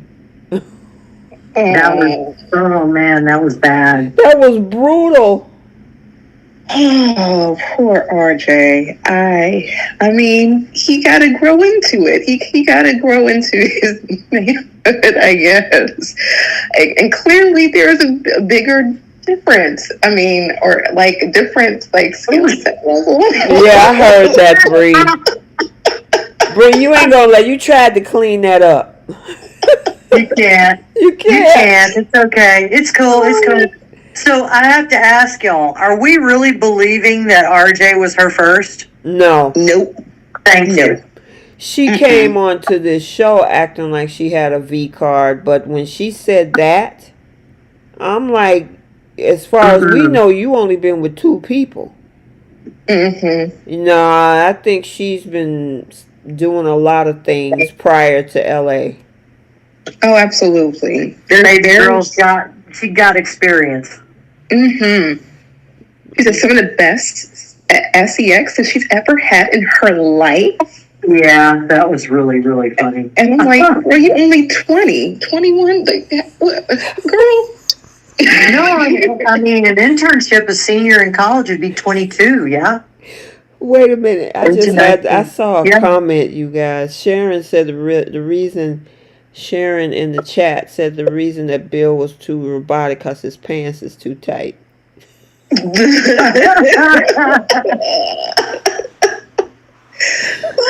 Well, he is Italian, so, you know. Oh, God. Yeah, RJ won her first. She wanted to play like, oh, my God. Remember that scene? They made it all romantic at the beach house and whatnot. I think he put some flowers in the bed, didn't he? He had candles, rose petals, like he made it so sweet, and he said, like, we're gonna take our time, we're gonna be nice and gentle. Y'all, there was this song from back in the day that my memory is not what it used to be, but there was a line in the song that was like, they asked me if I'm a virgin, and the line goes, why do you guys always ask me that?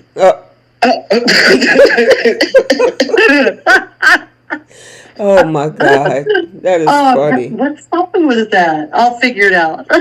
But yeah, Luna, she was probably laying there like, look at this man. He think he doing something.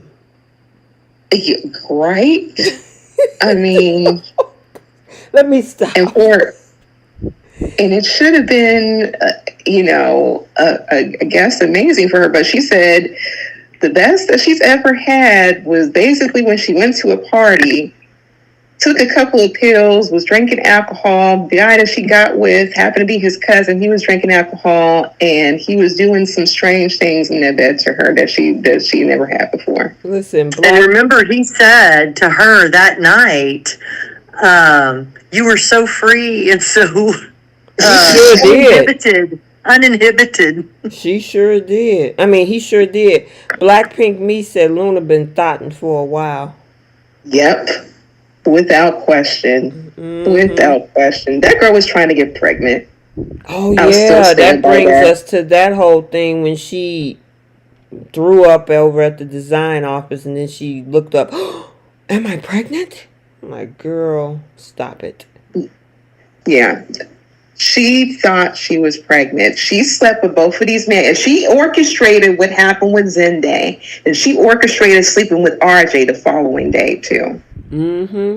She slept with, yeah, the next day or so she was with RJ after the Zende thing. So The she was trying to get pregnant. Didn't matter which one. And then when she found out that she wasn't pregnant, she was like, "Oh my God, I need to find my dad.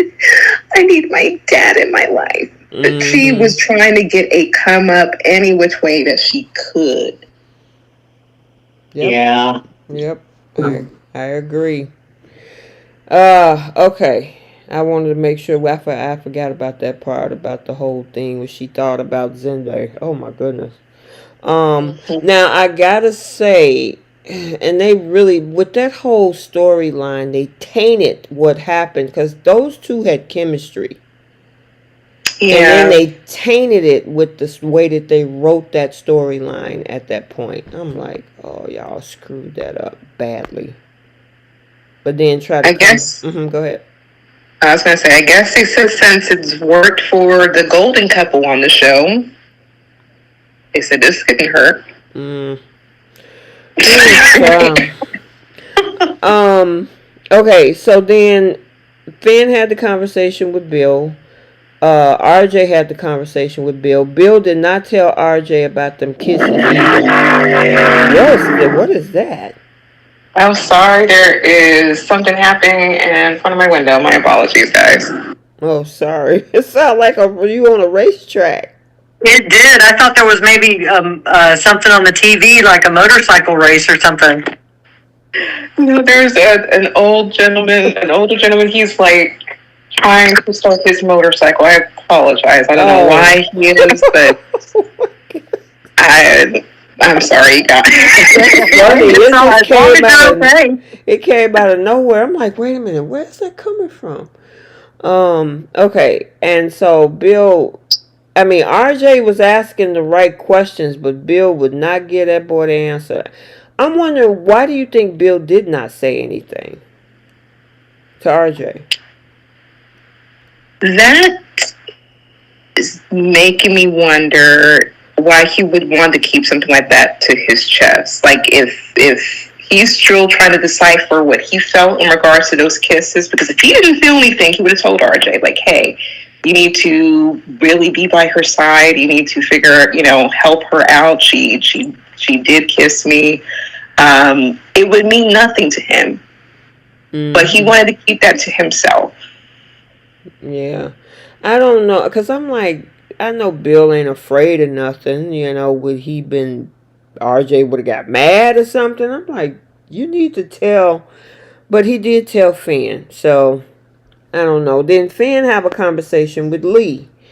Now, I was expecting when Finn broke down what he heard about the kisses and how Luna was acting, I thought Lee would have been more angry about it, but she was like, well, I'm like, Lee?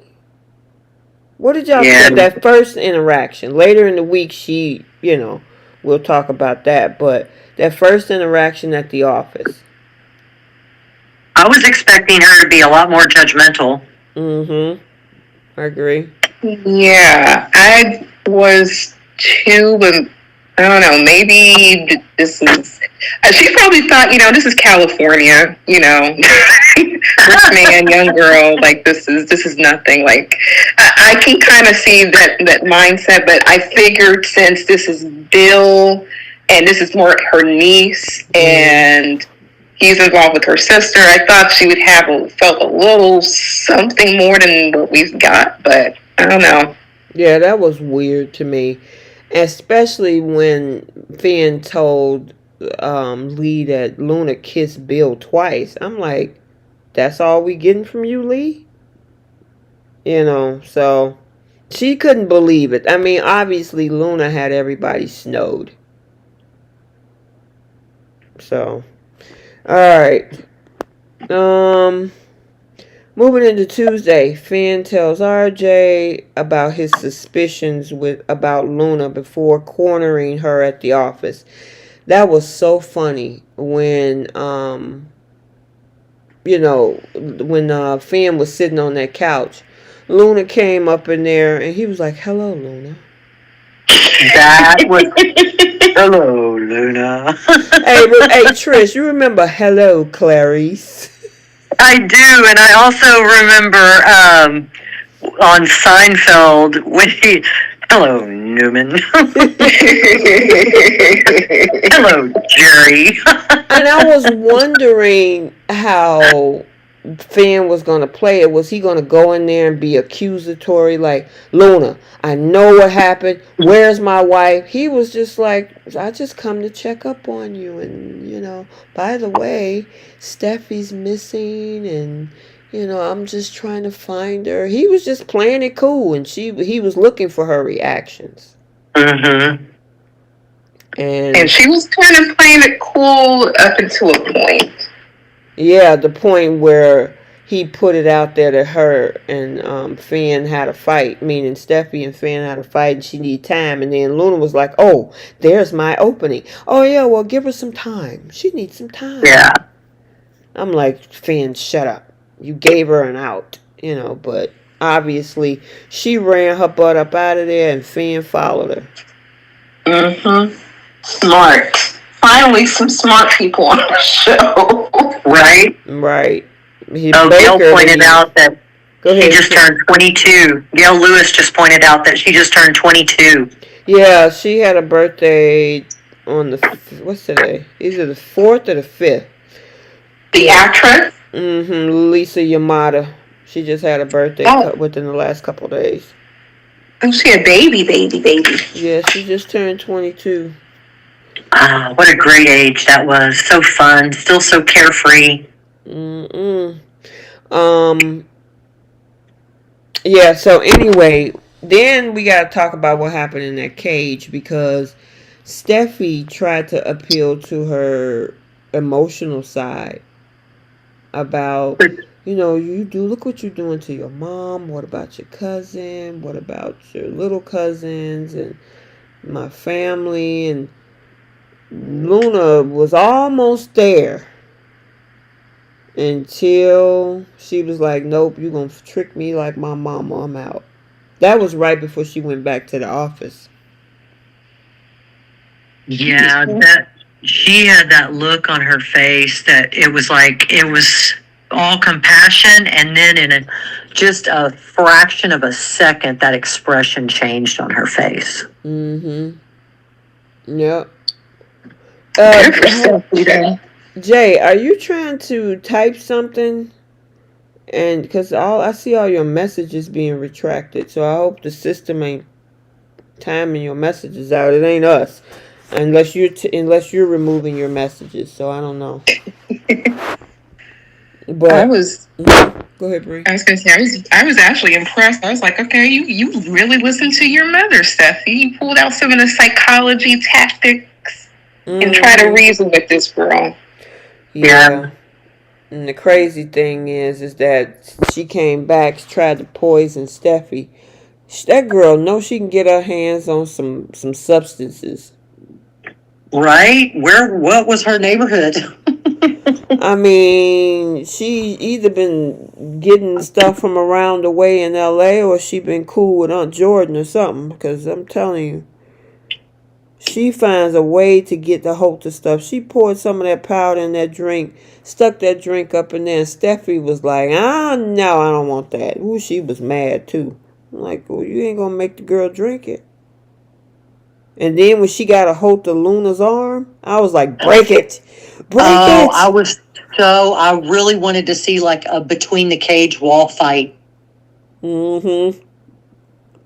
What was your thoughts, Bree? I was actually disappointed. Like, you could have yanked that girl's arm and like pushed her into the cage, brought her into the cage, try to dig into her pockets. Steffi, I gotta give her a little bit of credit. She tried, but she failed. Mm-hmm.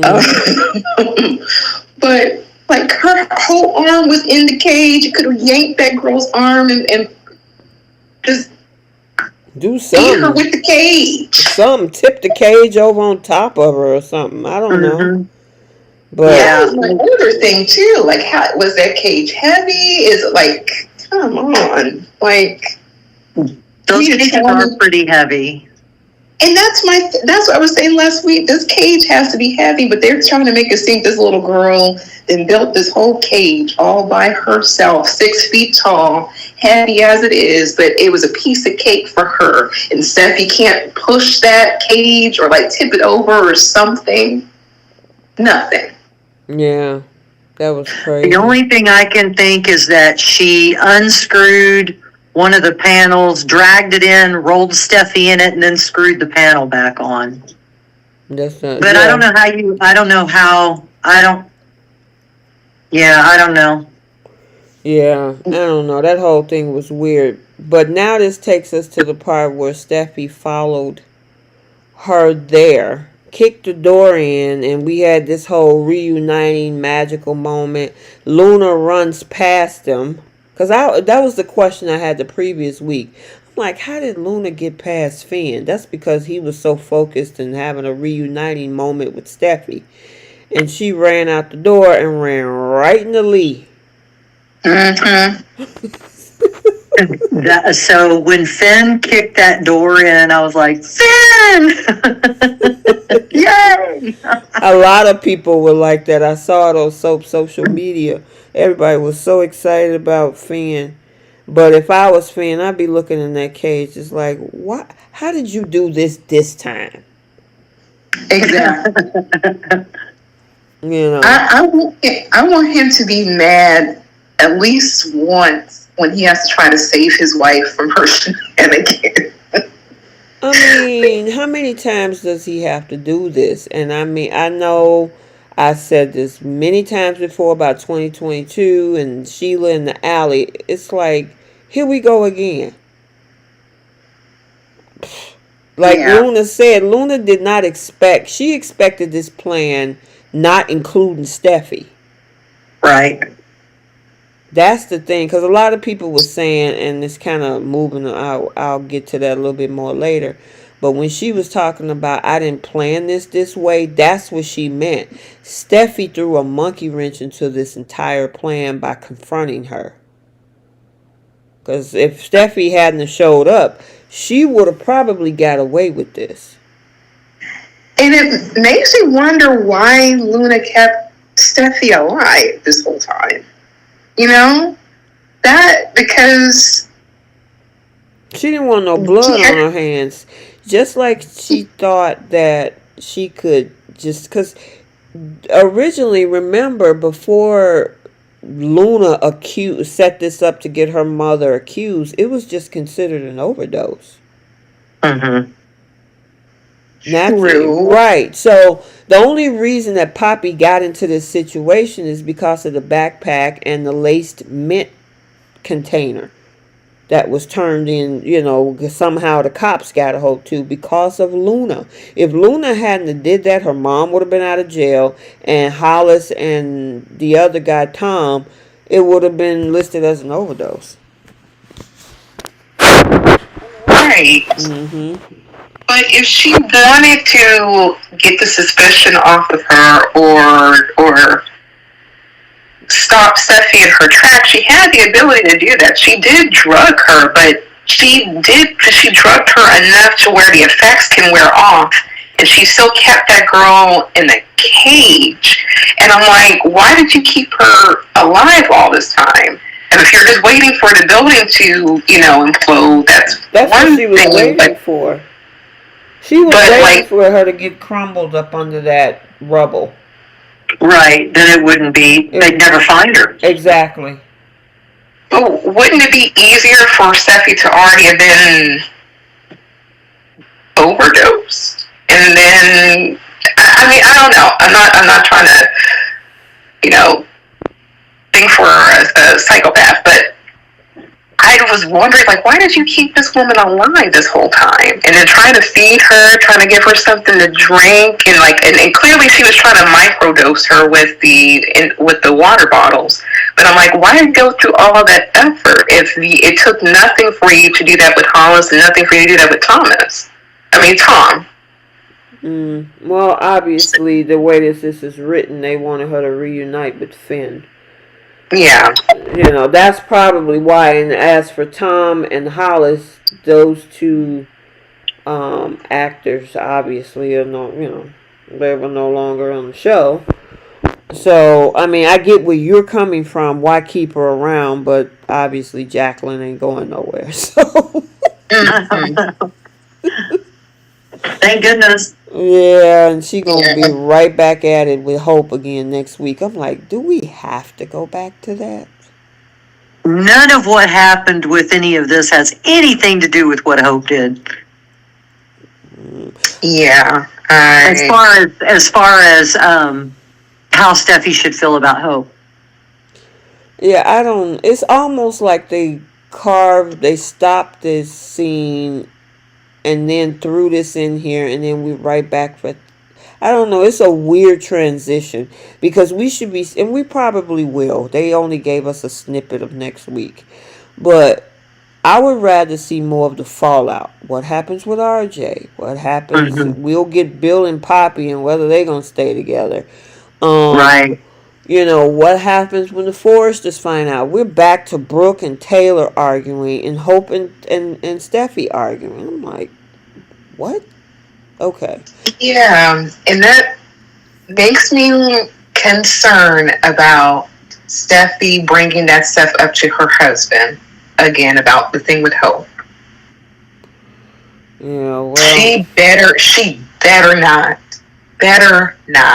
after this man done saved her, even remotely bring that up to that man.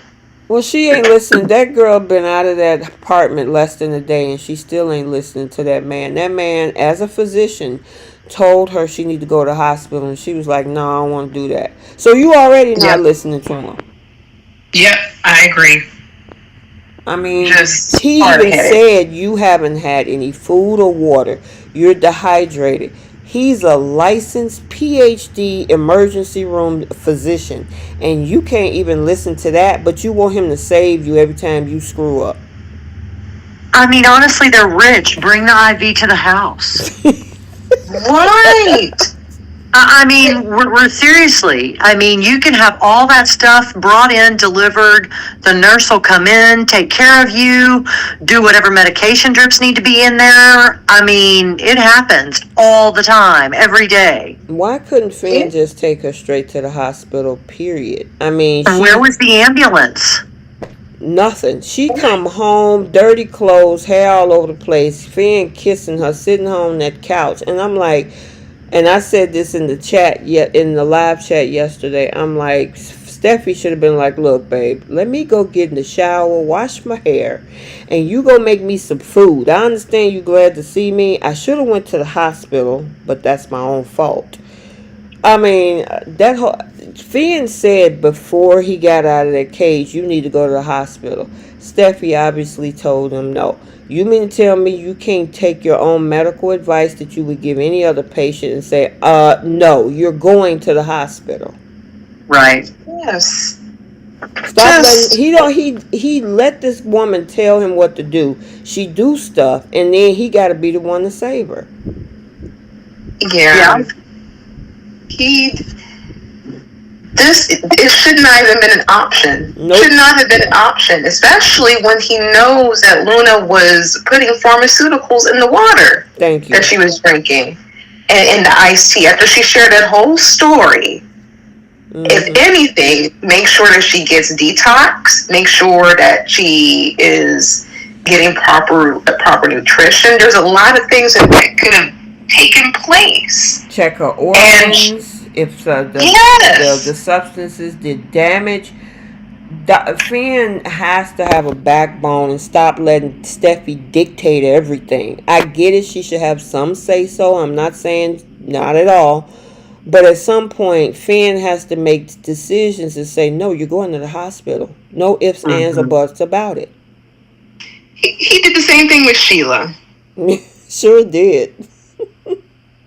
Like, why are you giving people the option? Like, you go through all this effort trying to save somebody, and you try to give the most, helpful advice you can give is tell them to go to the hospital, at least get checked out. I mean, you can, like, she can breeze through that emergency room, not sit there for like 4 hours like other people, and get a clean bill of health. But no, you leave that to them to decide, as if they are competent enough to decide for themselves. And this girl had pharmaceuticals in her system. And no food or water. Go ahead. Well, yeah, when you're dehydrated, your cognitive skills are not in a decision-making capacity. Exactly. She was weak in all of that, lethargic. Yep. So why? Go ahead. I'm sorry, but she just chooses to go home and be funky in her own place. Okay. And I mean, Finn is begging this girl to go, and she was like, "No, I don't want to." Okay, how you cannot put yourself in positions like that and then turn around, because if she fall out on the floor from being dehydrated or passed out, she's going to be expecting who? Finn to save her and take her to the hospital when she could have been at the hospital 2 days prior or something. Mm-hmm. Yeah, and that's the annoying part with Steffy. That's why I'll never play favorites. But that she was just crying in the cage. Finn, come save me. Where are you, Finn? Like, I know you're out there. Please come save me. He does his job and saves you, but you still don't want to listen to this man. Exactly. Mm-hmm. That's why I'm like, how long you gonna keep doing this, Finn? Because it's gonna be another time. She's a hothead when it comes to certain things. She ain't learned from the first time. This is number 2. 3 strikes, you out next time. She's this show's Nick Newman. I think that's why they wanted to pair those two together. Right, maybe that's why they want to put Nick with Steffy. I mean, y'all see it, right? It's not just me. No, it's like, jeez. All right, we got to talk about Lee and the fight between Luna. Now, she took her down. Yeah, but I'm disappointed because they gave us this whole whoop-de-doo about this huge confrontation that was supposed to be on Thursday's episode between Lee and Luna. We were all excited about it, and it was all about Luna venting and Lee listening, and then get out of my way, and then boom, hit the floor in the Zawa power. I'm like, that's it? Yeah, it would have been fun to see an actual scene. It would have been nice to see a slap. That's what I was waiting on. I'm like, Lee, after all this stuff that she did, this little girl did, like, and then also getting in your face and saying, you need to get out of my face. You need to walk away. The facial expressions that she had, that you gave this girl, like, you needed to throw a slap in there with it. Don't be mad and just stay in one place. And then you're just going to do a whole WWE body slam. Right. Oh, yeah, that would be fun. That was something else. That was something else, yeah, because she thought she was going to overpower Lee, and Lee was like, bam, right there on the floor, and then talking about, that's our power. I'm like... And don't count the old gals out. I wasn't. That's why I'm disappointed there wasn't a slap. Like, yeah, right. Like all the things that she did to Sheila. Right. Like, come on now. Man. You could have threw that in for Luna. It was necessary. You need to knock her upside the head a little bit so she can come to her senses. I was going to say, yeah, shake some sense into her. Yeah, and then the cops come out of nowhere, and I was like, how did they get there? And then they said Finn called them, so. And it was over. I'm like, dang, we didn't. What confrontation? It was Luna whining about her past. Blaming everybody else. Right. Yeah. And then that was the part I did not like, how she was blaming Lee. Like, you could have saved us. You could have been there for us. And like, Lee has been saying all this time that she has been trying to look out for Poppy and even helping her get a job. She lost a job trying to sleep with a married man. She even took Poppy in for years. Well, yeah, years ago, even while she had her own child. Like, she says she's done nothing but help her. But some people have to help themselves if they choose not to listen. But Yep. And this is where Luna's age kind of comes into play, because once you get older, you kind of have to realize that where she's just still young, and that's understandable. But still, Lee has done her job as as big sister to try to help her. But if people are not trying to receive that help and want to do what they want to, you got to let them be and let them fall on their own. you know Yep. what? But see, Luna is full of crap because she had two golden opportunities. One, she came to LA with the opportunity to work at Forrester. She got the job. She even got elevated up to help the design team when Eric got sick back in December and November of Yep. last year. She had an opportunity there. She started dating RJ, who they called the prince of the Forrester family. And I mean, she could have just grew it from there. And then her mom came to town. Bill and her got a history. I said this before. You played the long game, you would have been in the house anyway because those two were dating. So even if they had eventually, I don't know, gotten into a long term relationship, Bill was willing to treat you as his own anyway. So she took this whole thing to a whole greedy level. She wanted to be at the top of the food chain. And as Steffi said, she's not. She tried to be the lady of the manor. She's now the lady of Cell Block C. Yep. That was funny. Yeah, Yeah, that you was know. So, I mean, she had two opportunities to have a different life. They were right there in front of her, but she greed overtaken her. Well, greed, Tom yes, but showed up. Tom showed up and was about to uproot all of that, but all they needed to do was test Tom. Be like, Tom, you saying that you the father? Okay, let's get it confirmed. Because there's another part that we saw with this conversation with Lee, where Luna was like, "Is Tom my father?" It could have been a number of candidates. So I'm like, Mm-hmm. are y'all leaving the door open to say that maybe Tom wasn't her father? I think they are. I really think there are. I am keeping my fingers crossed that it's actually Jack who's her father. I think it just would just make the storyline even more rich. Mm-hmm. And I'm I knew this out the gate that she was going to try to throw this whole paternity thing in Lee's face. Like, look, I was desperately trying to find a dad. I was desperately trying to have a family, have stability. And there's nothing wrong with that. But like you were saying, T, it was pretty much in the palm of her hand. Poppy was dating one of the most wealthiest men in the world, and he was even loving enough to want to be a father figure for her if she had just relaxed and Mm-hmm. just let things be. But Mm-hmm. she wanted to try to solidify things, and she knew it wasn't true. So, like, she knew that was on borrowed time to begin with. Because what if there's a medical issue, and then he found it a different way that he wasn't your father? And Then the what you would crazy have done? thing is, Poppy had already told Bill about Tom and that there was a possibility of all this with him thinking he was the father, and they were still together. She thought that Tom coming in here was going to screw everything up.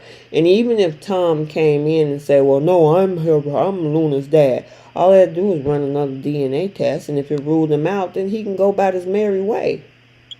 Yeah. But she I, wanted to go through all of this, so there you go. You in cell block C. Probably yeah. with a 400-year sentence. I don't think it's going to go that far. Once again, it depends on how long they're going to keep this actress on the screen. If they're going to keep her around for a little while, something tells me either Bill or Poppy's going to save her. But I know we're going to get to that in a minute.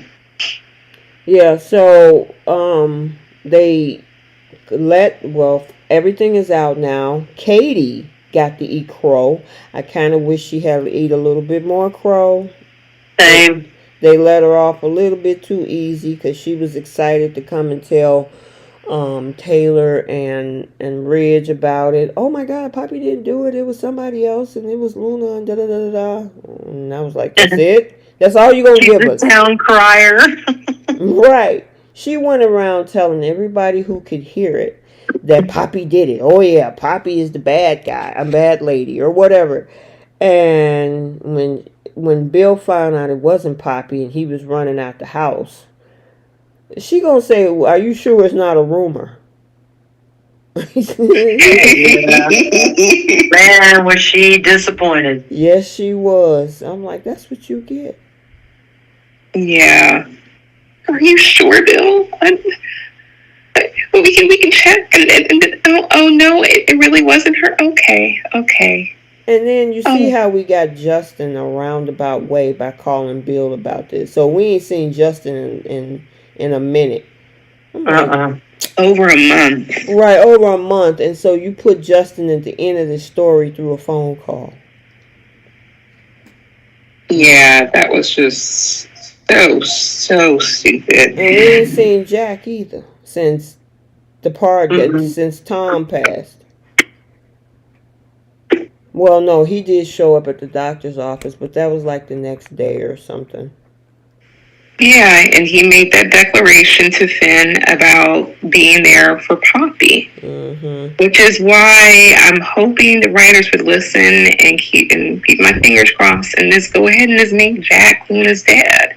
Because then what is Steffy gonna do when and find out that Luna is Finn's sister? Right. Ooh, yeah. It's gonna be interesting to see what happens with Luna. What they gonna do with her? Are they gonna let her off with a redemption storyline, with something, maybe brain tumor like they usually do, or mental health, and get out like Claire or Sheila or somebody, or she got a twin sister and it wasn't Luna and Luna's locked up somewhere.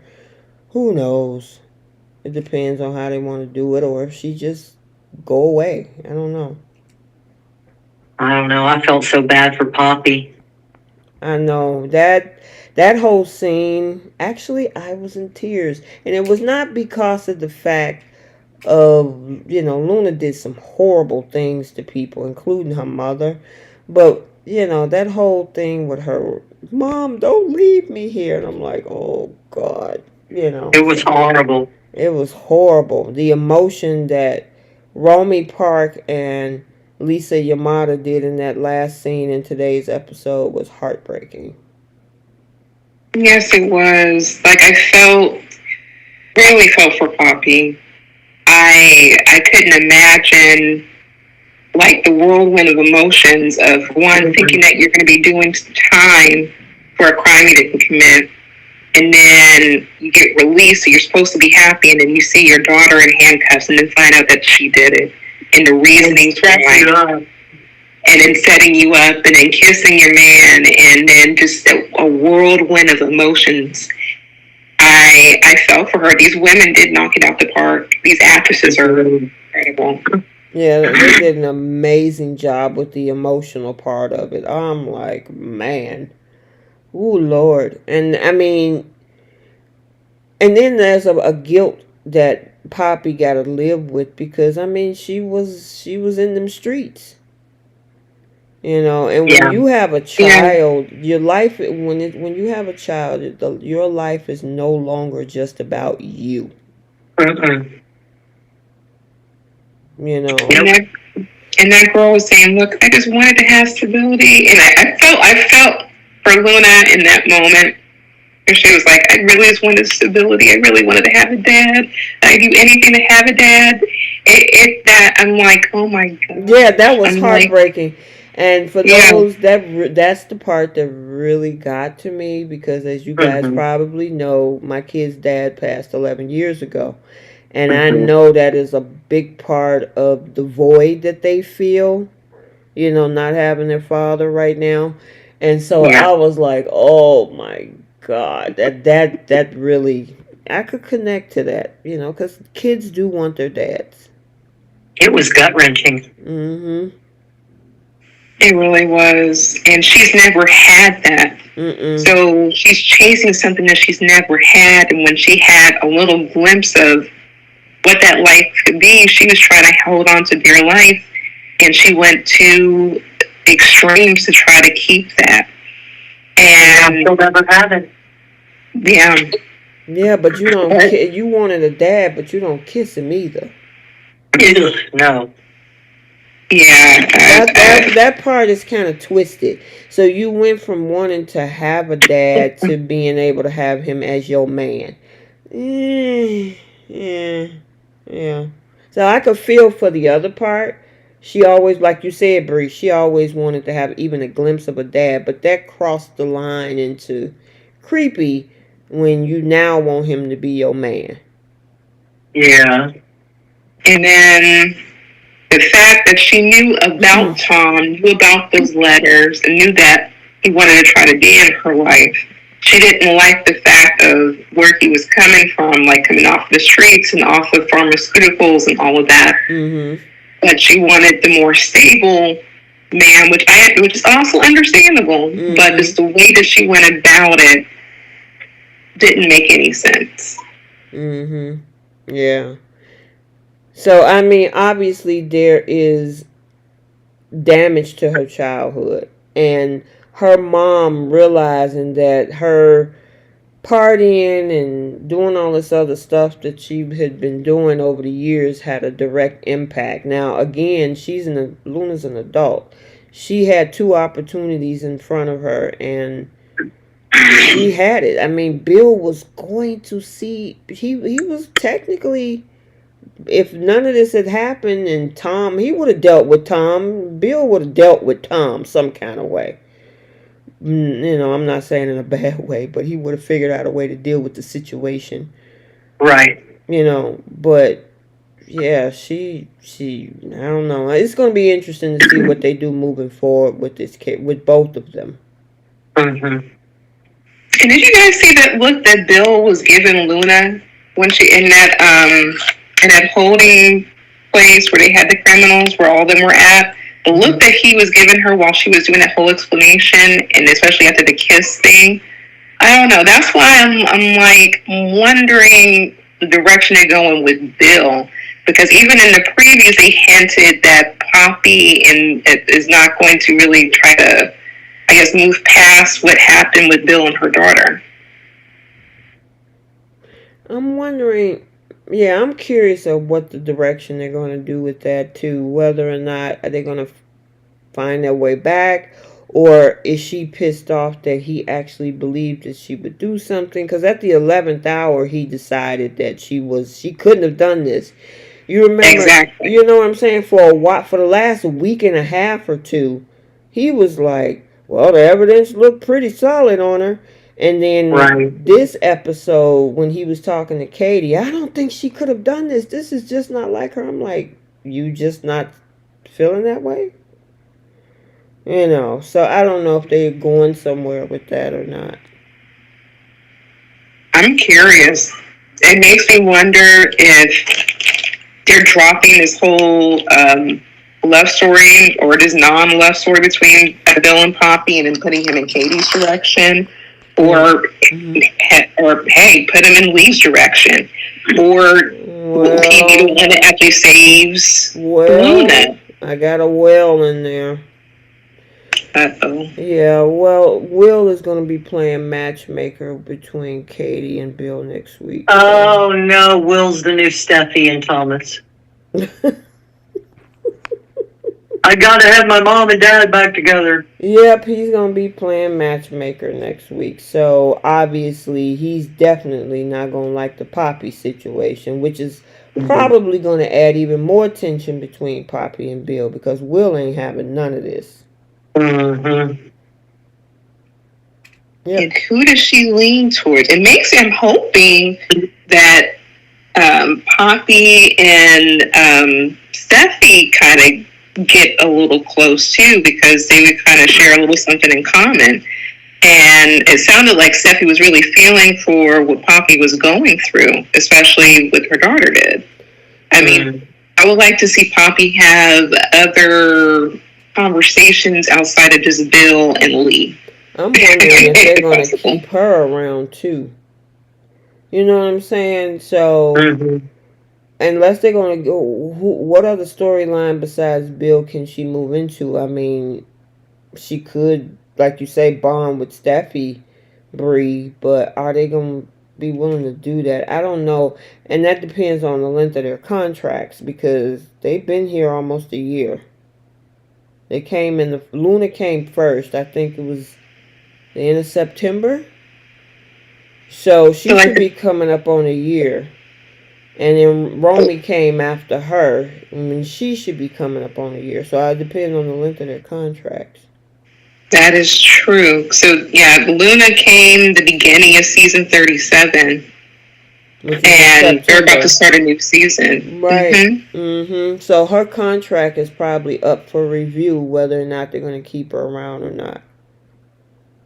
And the only way they can really do that is either Poppy tried to save her daughter, trying to feel bad for her actions and wanting to help her daughter out. And it also depends on the direction Bill's going to go in too. What if Bill could try to save Luna from doing jail? And that would, I mean, the sky is the limit. I mean, Sheila's walking around free. Yeah, and you know what? The other thing is also depends on the show contract because we still got about 5 months left. So, and they haven't said nothing yet? Girl, I ain't heard nothing. I ain't even heard nothing about the gates yet except they got the writers in, so... we getting bits and pieces, if anything at all. Dang. Yeah, because I think that contract is up in March, like I said. So, what's this? September, October, November, December, January. Yeah, about 6 more months. So, I don't know. We have no idea where Thomas is at this point. Yeah, that's disappointing. You know, that's the other thing. So, I guess we'll have to see, but I am not looking forward to this whole infighting. You would think after everything that Steffi went through, why would you want to go back to Forrester and get back into an argument with Hope? Why? You got your husband. He ain't going nowhere. Nope. Why you got to argue with her? I mean, what? At this point, she's a non-issue. Yeah. I mean, if anything has taught Steffi of what happened with this whole Luna Cage situation and Finn saving her, that man ain't going nowhere. So, arguing in the office and all this. Now, I did see a spoiler coming up at the end of next week about the fact that Carter, Steffi, and Eric has to make a final decision about Hope's line. Ooh, interesting.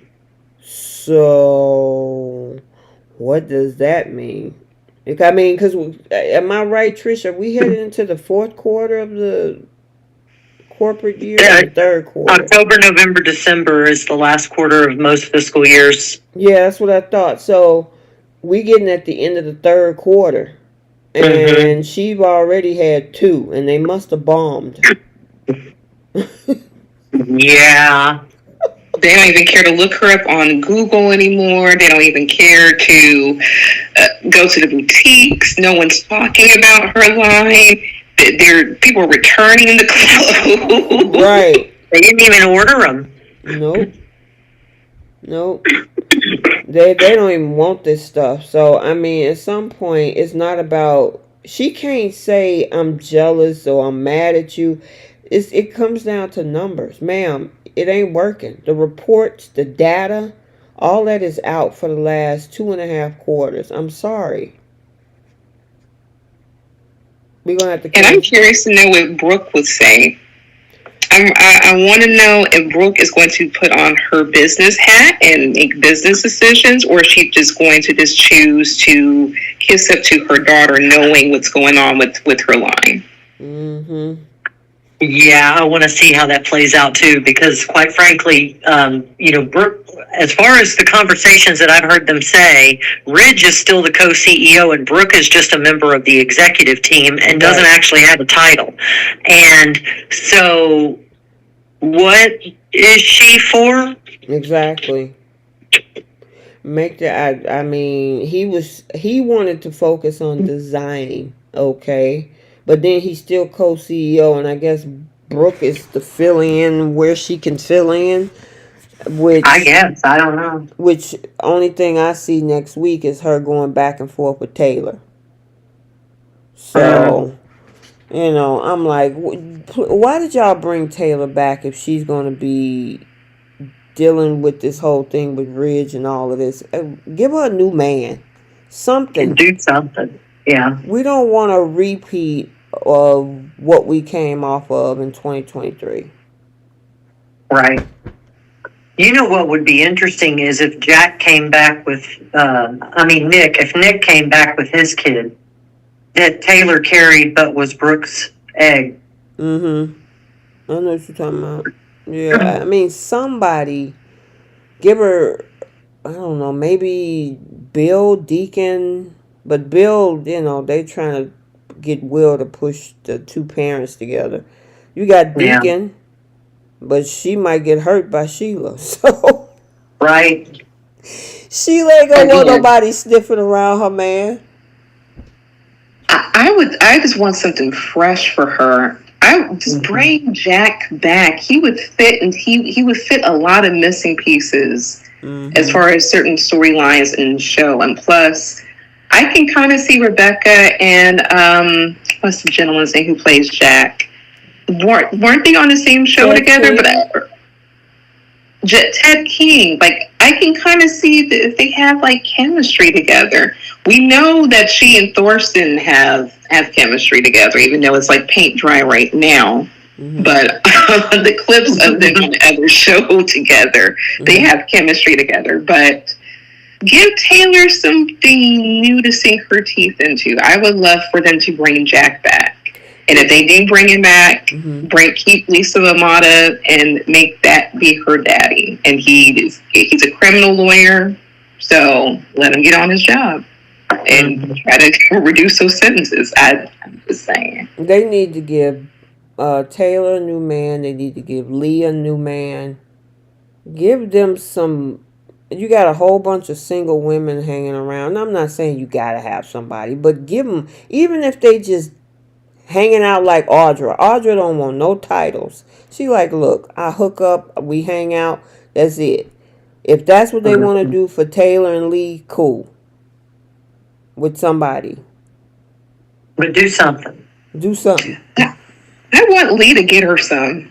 I mean, I really do. Taking all that aggression out on Luna, throwing her down on that mat. Listen, could you imagine she threw somebody like that down on a bed? Yeah. Give her Justin for a little bit. Justin? Oh, yeah, that would be good. Justin? Give why her not? Justin for a little bit. Not a long while, just a short time. Lee and Justin, huh? Turn them frowns upside down. I mean, he could wind up awakening something in Lee. Wait a minute, I'm trying to picture that. Lee and Justin. Interesting. I guess so. Okay, I could see that. Give her something. Who would y'all give Taylor? Give her Jack. Oh, Jack. Yeah, Jack. Okay. Yeah, Jack. I'm curious to see how Rebecca and Dawn interact, or when they will interact. Because I'm so disappointed that we never got to see Krista Allen and Dawn DeMont together. Because their chemistry was fantastic. Shoot, Krista Allen had chemistry with a lot of people. Yeah, she did. She was a magnet. Yep. But that's why she was good at what she used to do back in the day on Skinamax. So, she had chemistry with people. Anyway.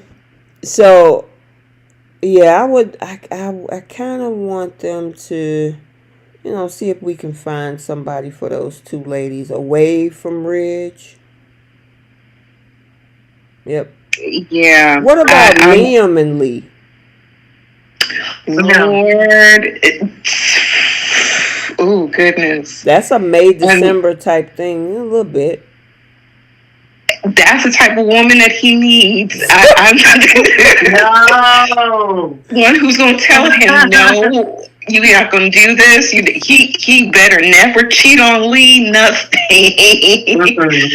Oh my goodness, that would be a downgrade for her. And Finn would be upset. Oh wow! Oh wow! That right the whole show would be upset. Like that's just an absolute non-starter. You said no to that, Trish? It's a no. She said, "Oh no." No. She would get tired of. Thank you, Alicia. Yeah, she'd get tired of them whining. Like she might the body slam him. Oh yeah, she'd never put up with that nonsense. Oh my God! Do you know what? There's not. Do we have a lot of guys? We got Bill, Ridge, Finn, Liam, and that's it, right? That's the only guys on the show.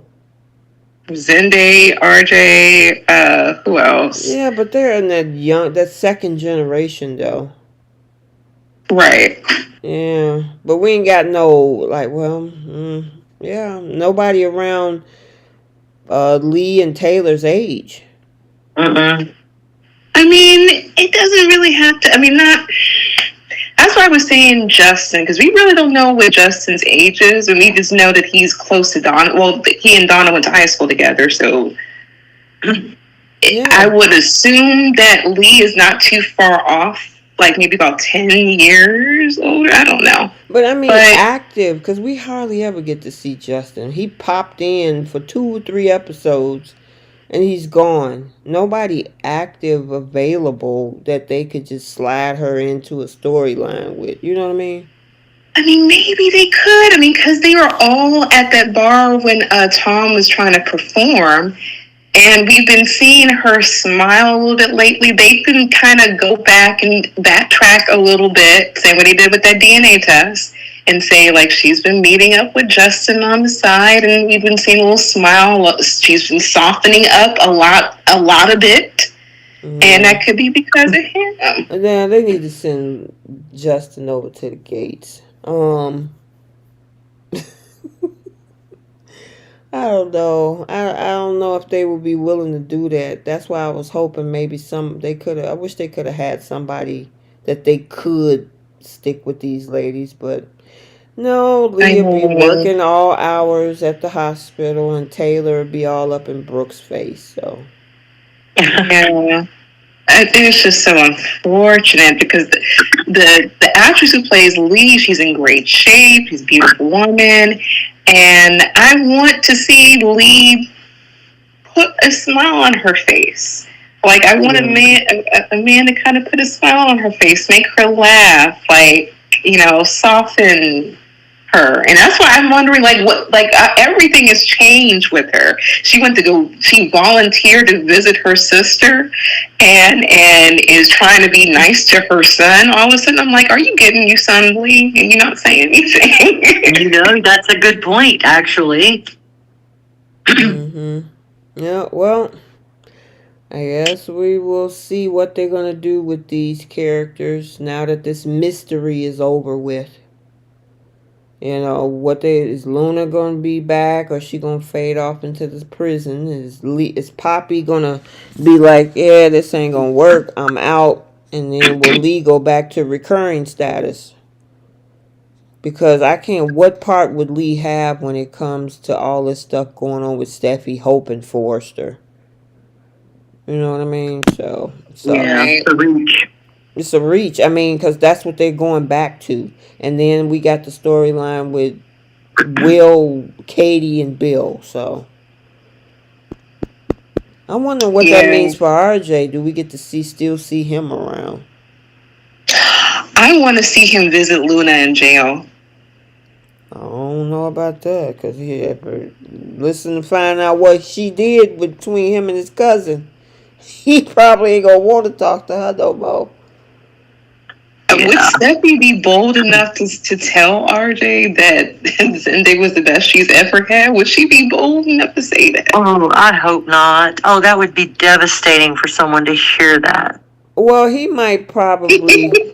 I don't think she would say that part, but she would probably say that she knew that that was I want her to Zende. tell him that, but yeah. Mm-hmm. Yep. So.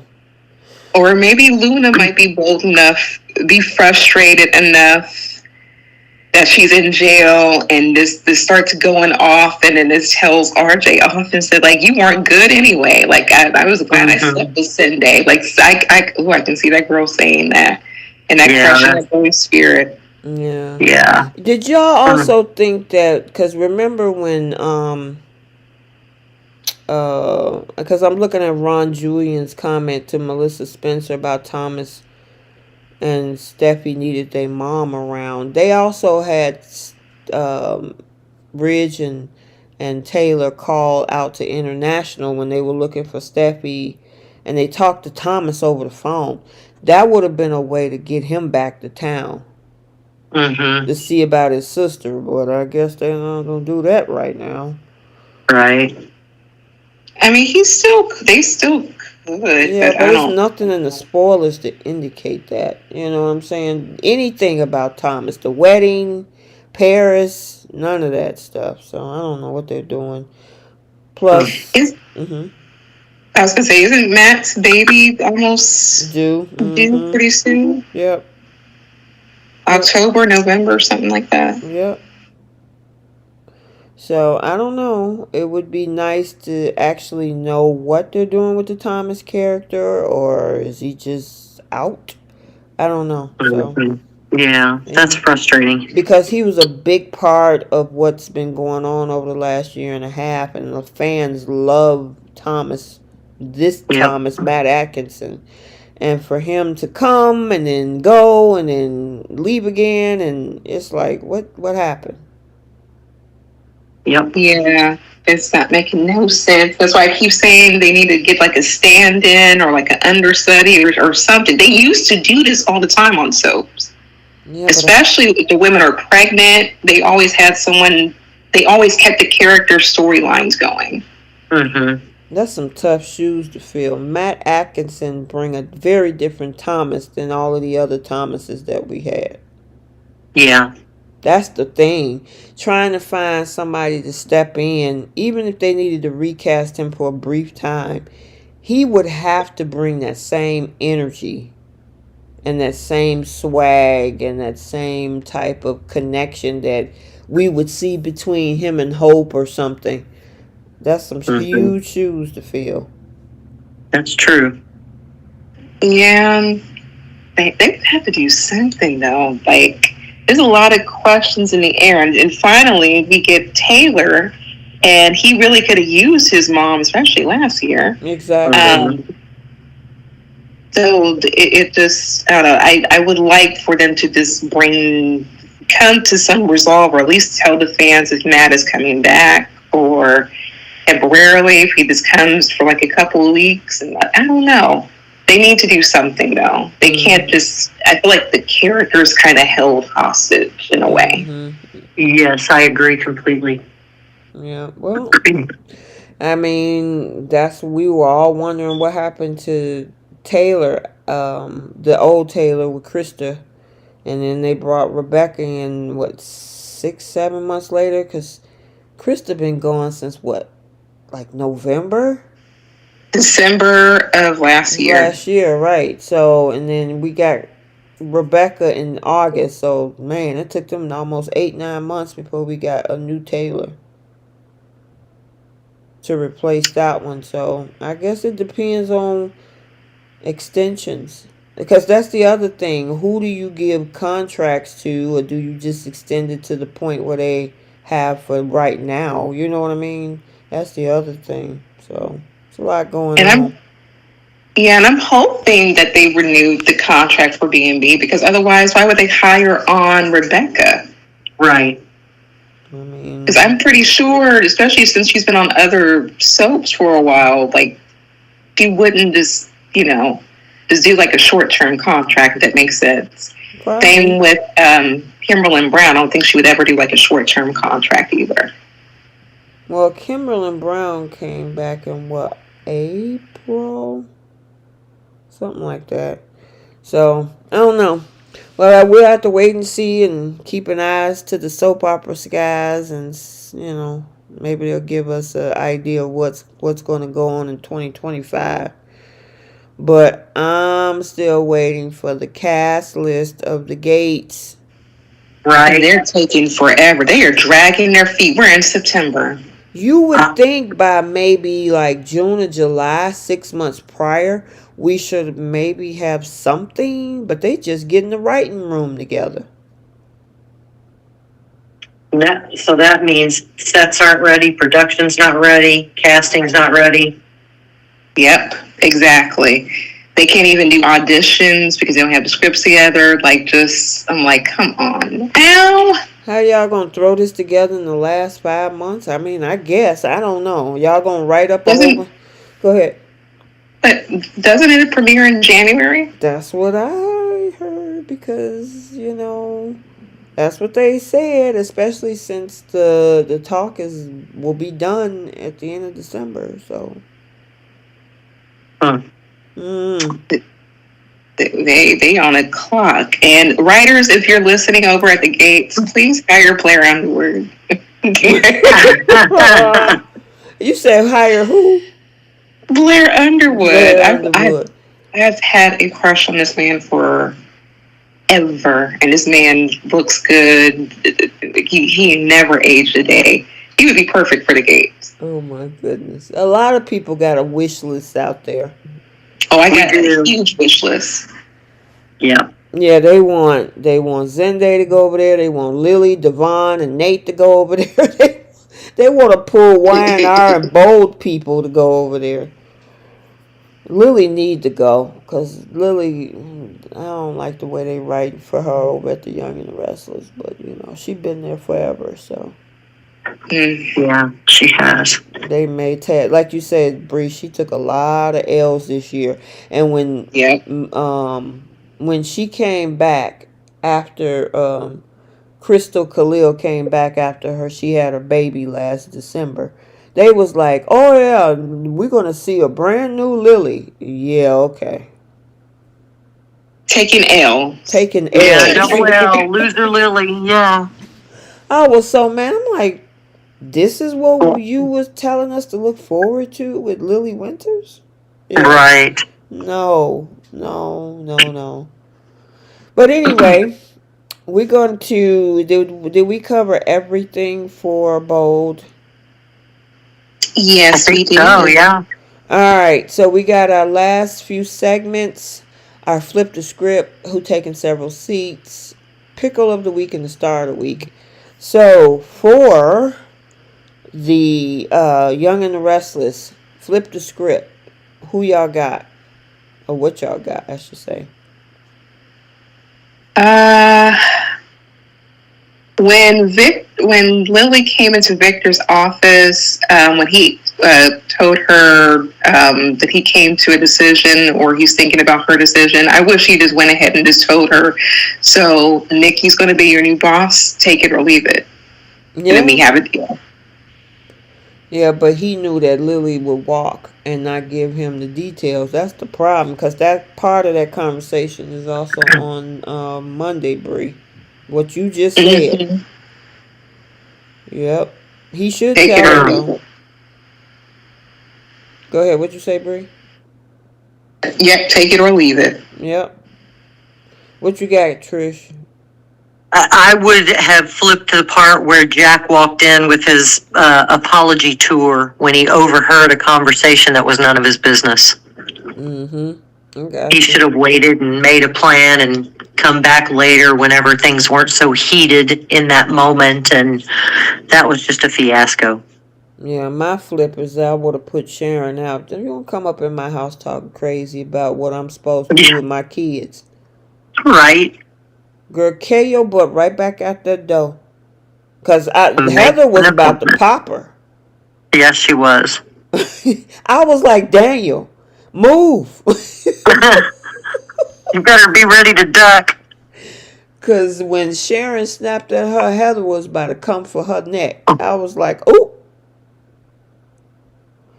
And Go ahead. one more flip. I would just like to see a man shirtless on the Who? show. Chance? Any man on this. Well, not any I was man. going to But say, you want to see, wait, you want to let's be see careful. Jack, you want to see Jack or Victor shirtless?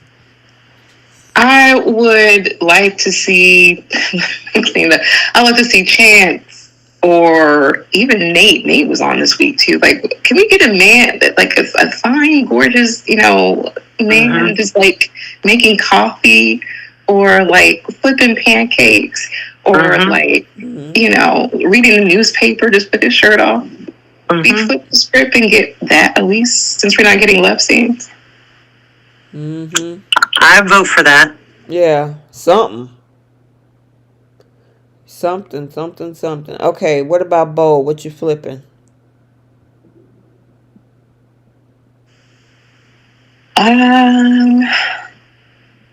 Actually, I would flip Luna being remorseful for what she was doing. I would love for her to had stuck to her guns and said, like, yeah, I did it. I didn't care that you were going to take the charge, Mom. I didn't care that I put Steffy in a cage, and just be full on selfish and be full on psychotic. What about you? You ready, Trish? Yeah, I'm ready. So I wish that Steffi would have chosen violence when she got hold of Luna's arm and just absolutely wringing her whenever Finn kicked the door in, so that he could see that Steffi wasn't giving up either. Yeah. Mine would have been Finn taking her straight to the hospital, if ands, no buts. You telling me you need to go home. No, you need to go to the hospital. All right. Who's taking seats on The Young and the Restless? Lily and... Yeah, actually, Lily, Victor, and Nikki. They all can take a seat. Lily is just clinically dumb. You got Victor, who he is himself, and Nikki for being fake nice. Yeah. Like, it was so unnecessary. She didn't mean none of that. Yep. What you got, Trish? I would add Billy to that list of people taking seats. Sharon needs to take a seat in a therapist's office or at Walgreens to pick up her meds. She needs to lie down on that couch in the therapist's office. Go refill your prescription, ma'am. Sit in the waiting area. Take a seat in the waiting area until they call your name so you can get a refill on your meds. Or get a plane ticket to wherever Ashley's at and just sit there for a minute. Not like they haven't been in the same place before at the same time, right? Right. And exactly. Exactly. And the thing is that a lot of people don't know what's going on with Sharon. Only people like Mariah and Faith and Nick. She gonna run into somebody, they gonna want to pop her. And then people be like, oh my God, she's not well. It's like, well, she out here unhinged. Come get your girl. Somebody come take care of this woman. She desperately needs your help. Listen, I just said Heather don't know something going on with that girl. She was ready to pop her. Until Daniel had to hold Heather back. So you need to come get her for somebody to get a hold to her. Right. Who's taking the seats of Bold? Oh goodness! Wait a minute, Rednecks, you sick today? What you under the weather? Oh, feel better, Rednecks. Oh no! So y'all are going to be surprised as to who I say should take a seat. Okay, go ahead. Because she wouldn't go to the hospital, Steffi. Yeah, she do need to take a seat in the hospital bed to check her levels, her vitals. Absolutely correct. What you got, Bree? I'm going to put Katie in the seat. She needs to be served a nice sauteed plate of crow. Mm-hmm. You know, pair with a glass of wine and just eat on that for a little bit. Yeah. Yep, I agree. Well, most people probably say Luna need to take a seat, but Lee made her take a seat on that mat, fell flat on her back with the Nazawa power. But yeah, that can take a seat. That phrase, Nazawa, that can take a seat. I did laugh when she said that. Yeah, it was kind of off. I've always heard Luna and Poppy say it, but I've never heard Lee say it, so it sounded kind of awkward or weird. But you know what, though? I bet you before it was Poppy and Luna's phrase, I bet it was Lee and Poppy's phrase. Probably. I was about to say that, yep. Oh, I'm sorry. I didn't mean to interrupt you. No, I agree with you. It came from somewhere. It went with the older sibling. It started with the older sibling and it trickled down. Oh, yep. They telling Rednax to take a seat because he was fibbing about being sick. Oh, I thought he said he's taking his own seat. Rednax said, "I'm taking a seat." Oh, now see, I took it as he was sick of the storyline. That's how I took it. Oh, okay, gotcha. But I live in a world of sarcasm, so. I have to say, Rednecks, they put you in a seat while you're sick? I was like, oh, goodness. What did you do? All right, who is you guys' star of the week? Young and the Restless. Oh, goodness. I think Sally did a really good job. Yeah, Courtney Hope, for sure. I mean, Courtney Hope. I'm sorry. Oh, no, I think she did a wonderful job. And also I'll give it to Jason Thompson, too. Yeah, and Katie, I forgot about little Katie. Katie was like mad at him on that phone. He forgot the lunch date and everything else. Mm-hmm. Did you forget it? No, it slipped my mind. I'm like, you forgot it! I'm going to give Sharon case because the girl was strictly unhinged. She almost got jumped, you know, and she yelling and screaming at people. I like the side the angry side that Sharon Case played. We ain't seen that in a while. It's been a long time. Mm-hmm. All right. Star of the week. Bold. Are we all gonna say it at the same time?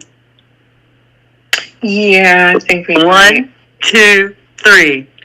Lisa Yamada. Yeah, I'm gonna even throw Romy Park in there for today's episode. Oh, she was so good. Oh God, they fed off of each other on that emotional moment. It was perfect. Yeah.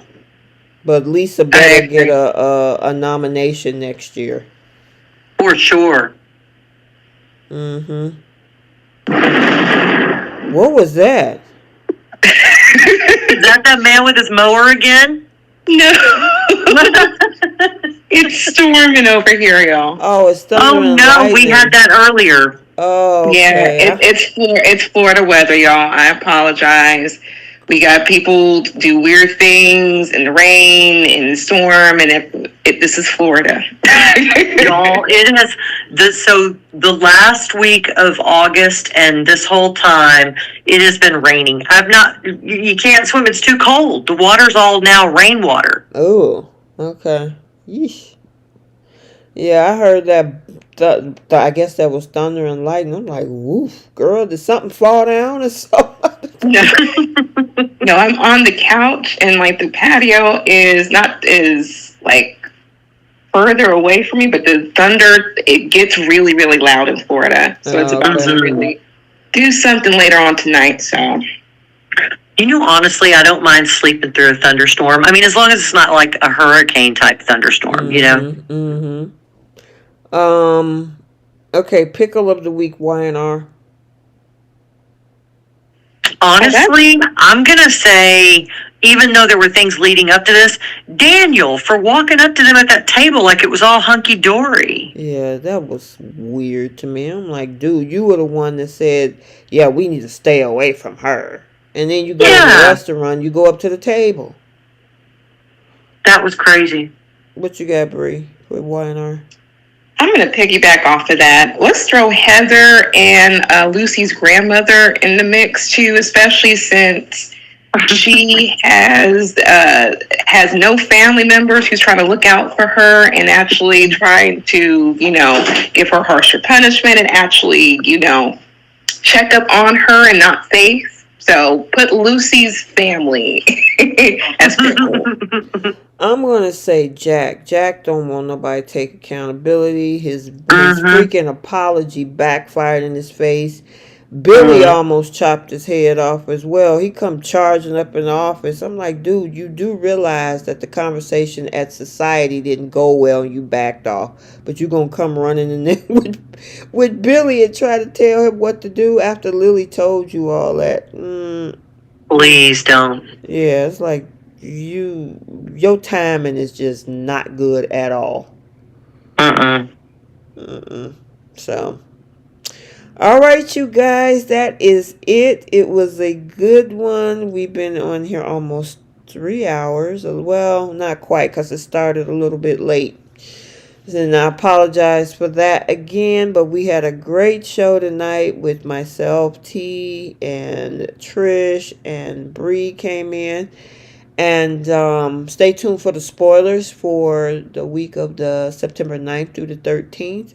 Dang, we getting ready to head into the middle of September already. It is just absolutely flying by. Yeah, summer is gone. And for people like, I know you in Texas and Bree in Florida, y'all get to have the weather warmer longer. For us, it'll be coming to an end probably in the next 3 weeks. So, yeah. The summer just went by so fast. So, all right, you guys, have a great night. Like I said, stay tuned. Make sure you hit the like button on the way out. And unless you two ladies have anything left, no? Have a great weekend, everybody. Thanks for joining. Same here, guys. Enjoy. Have a safe weekend. All right, you guys, have a good night, and we will talk to you soon. Bye, guys. Bye. Bye.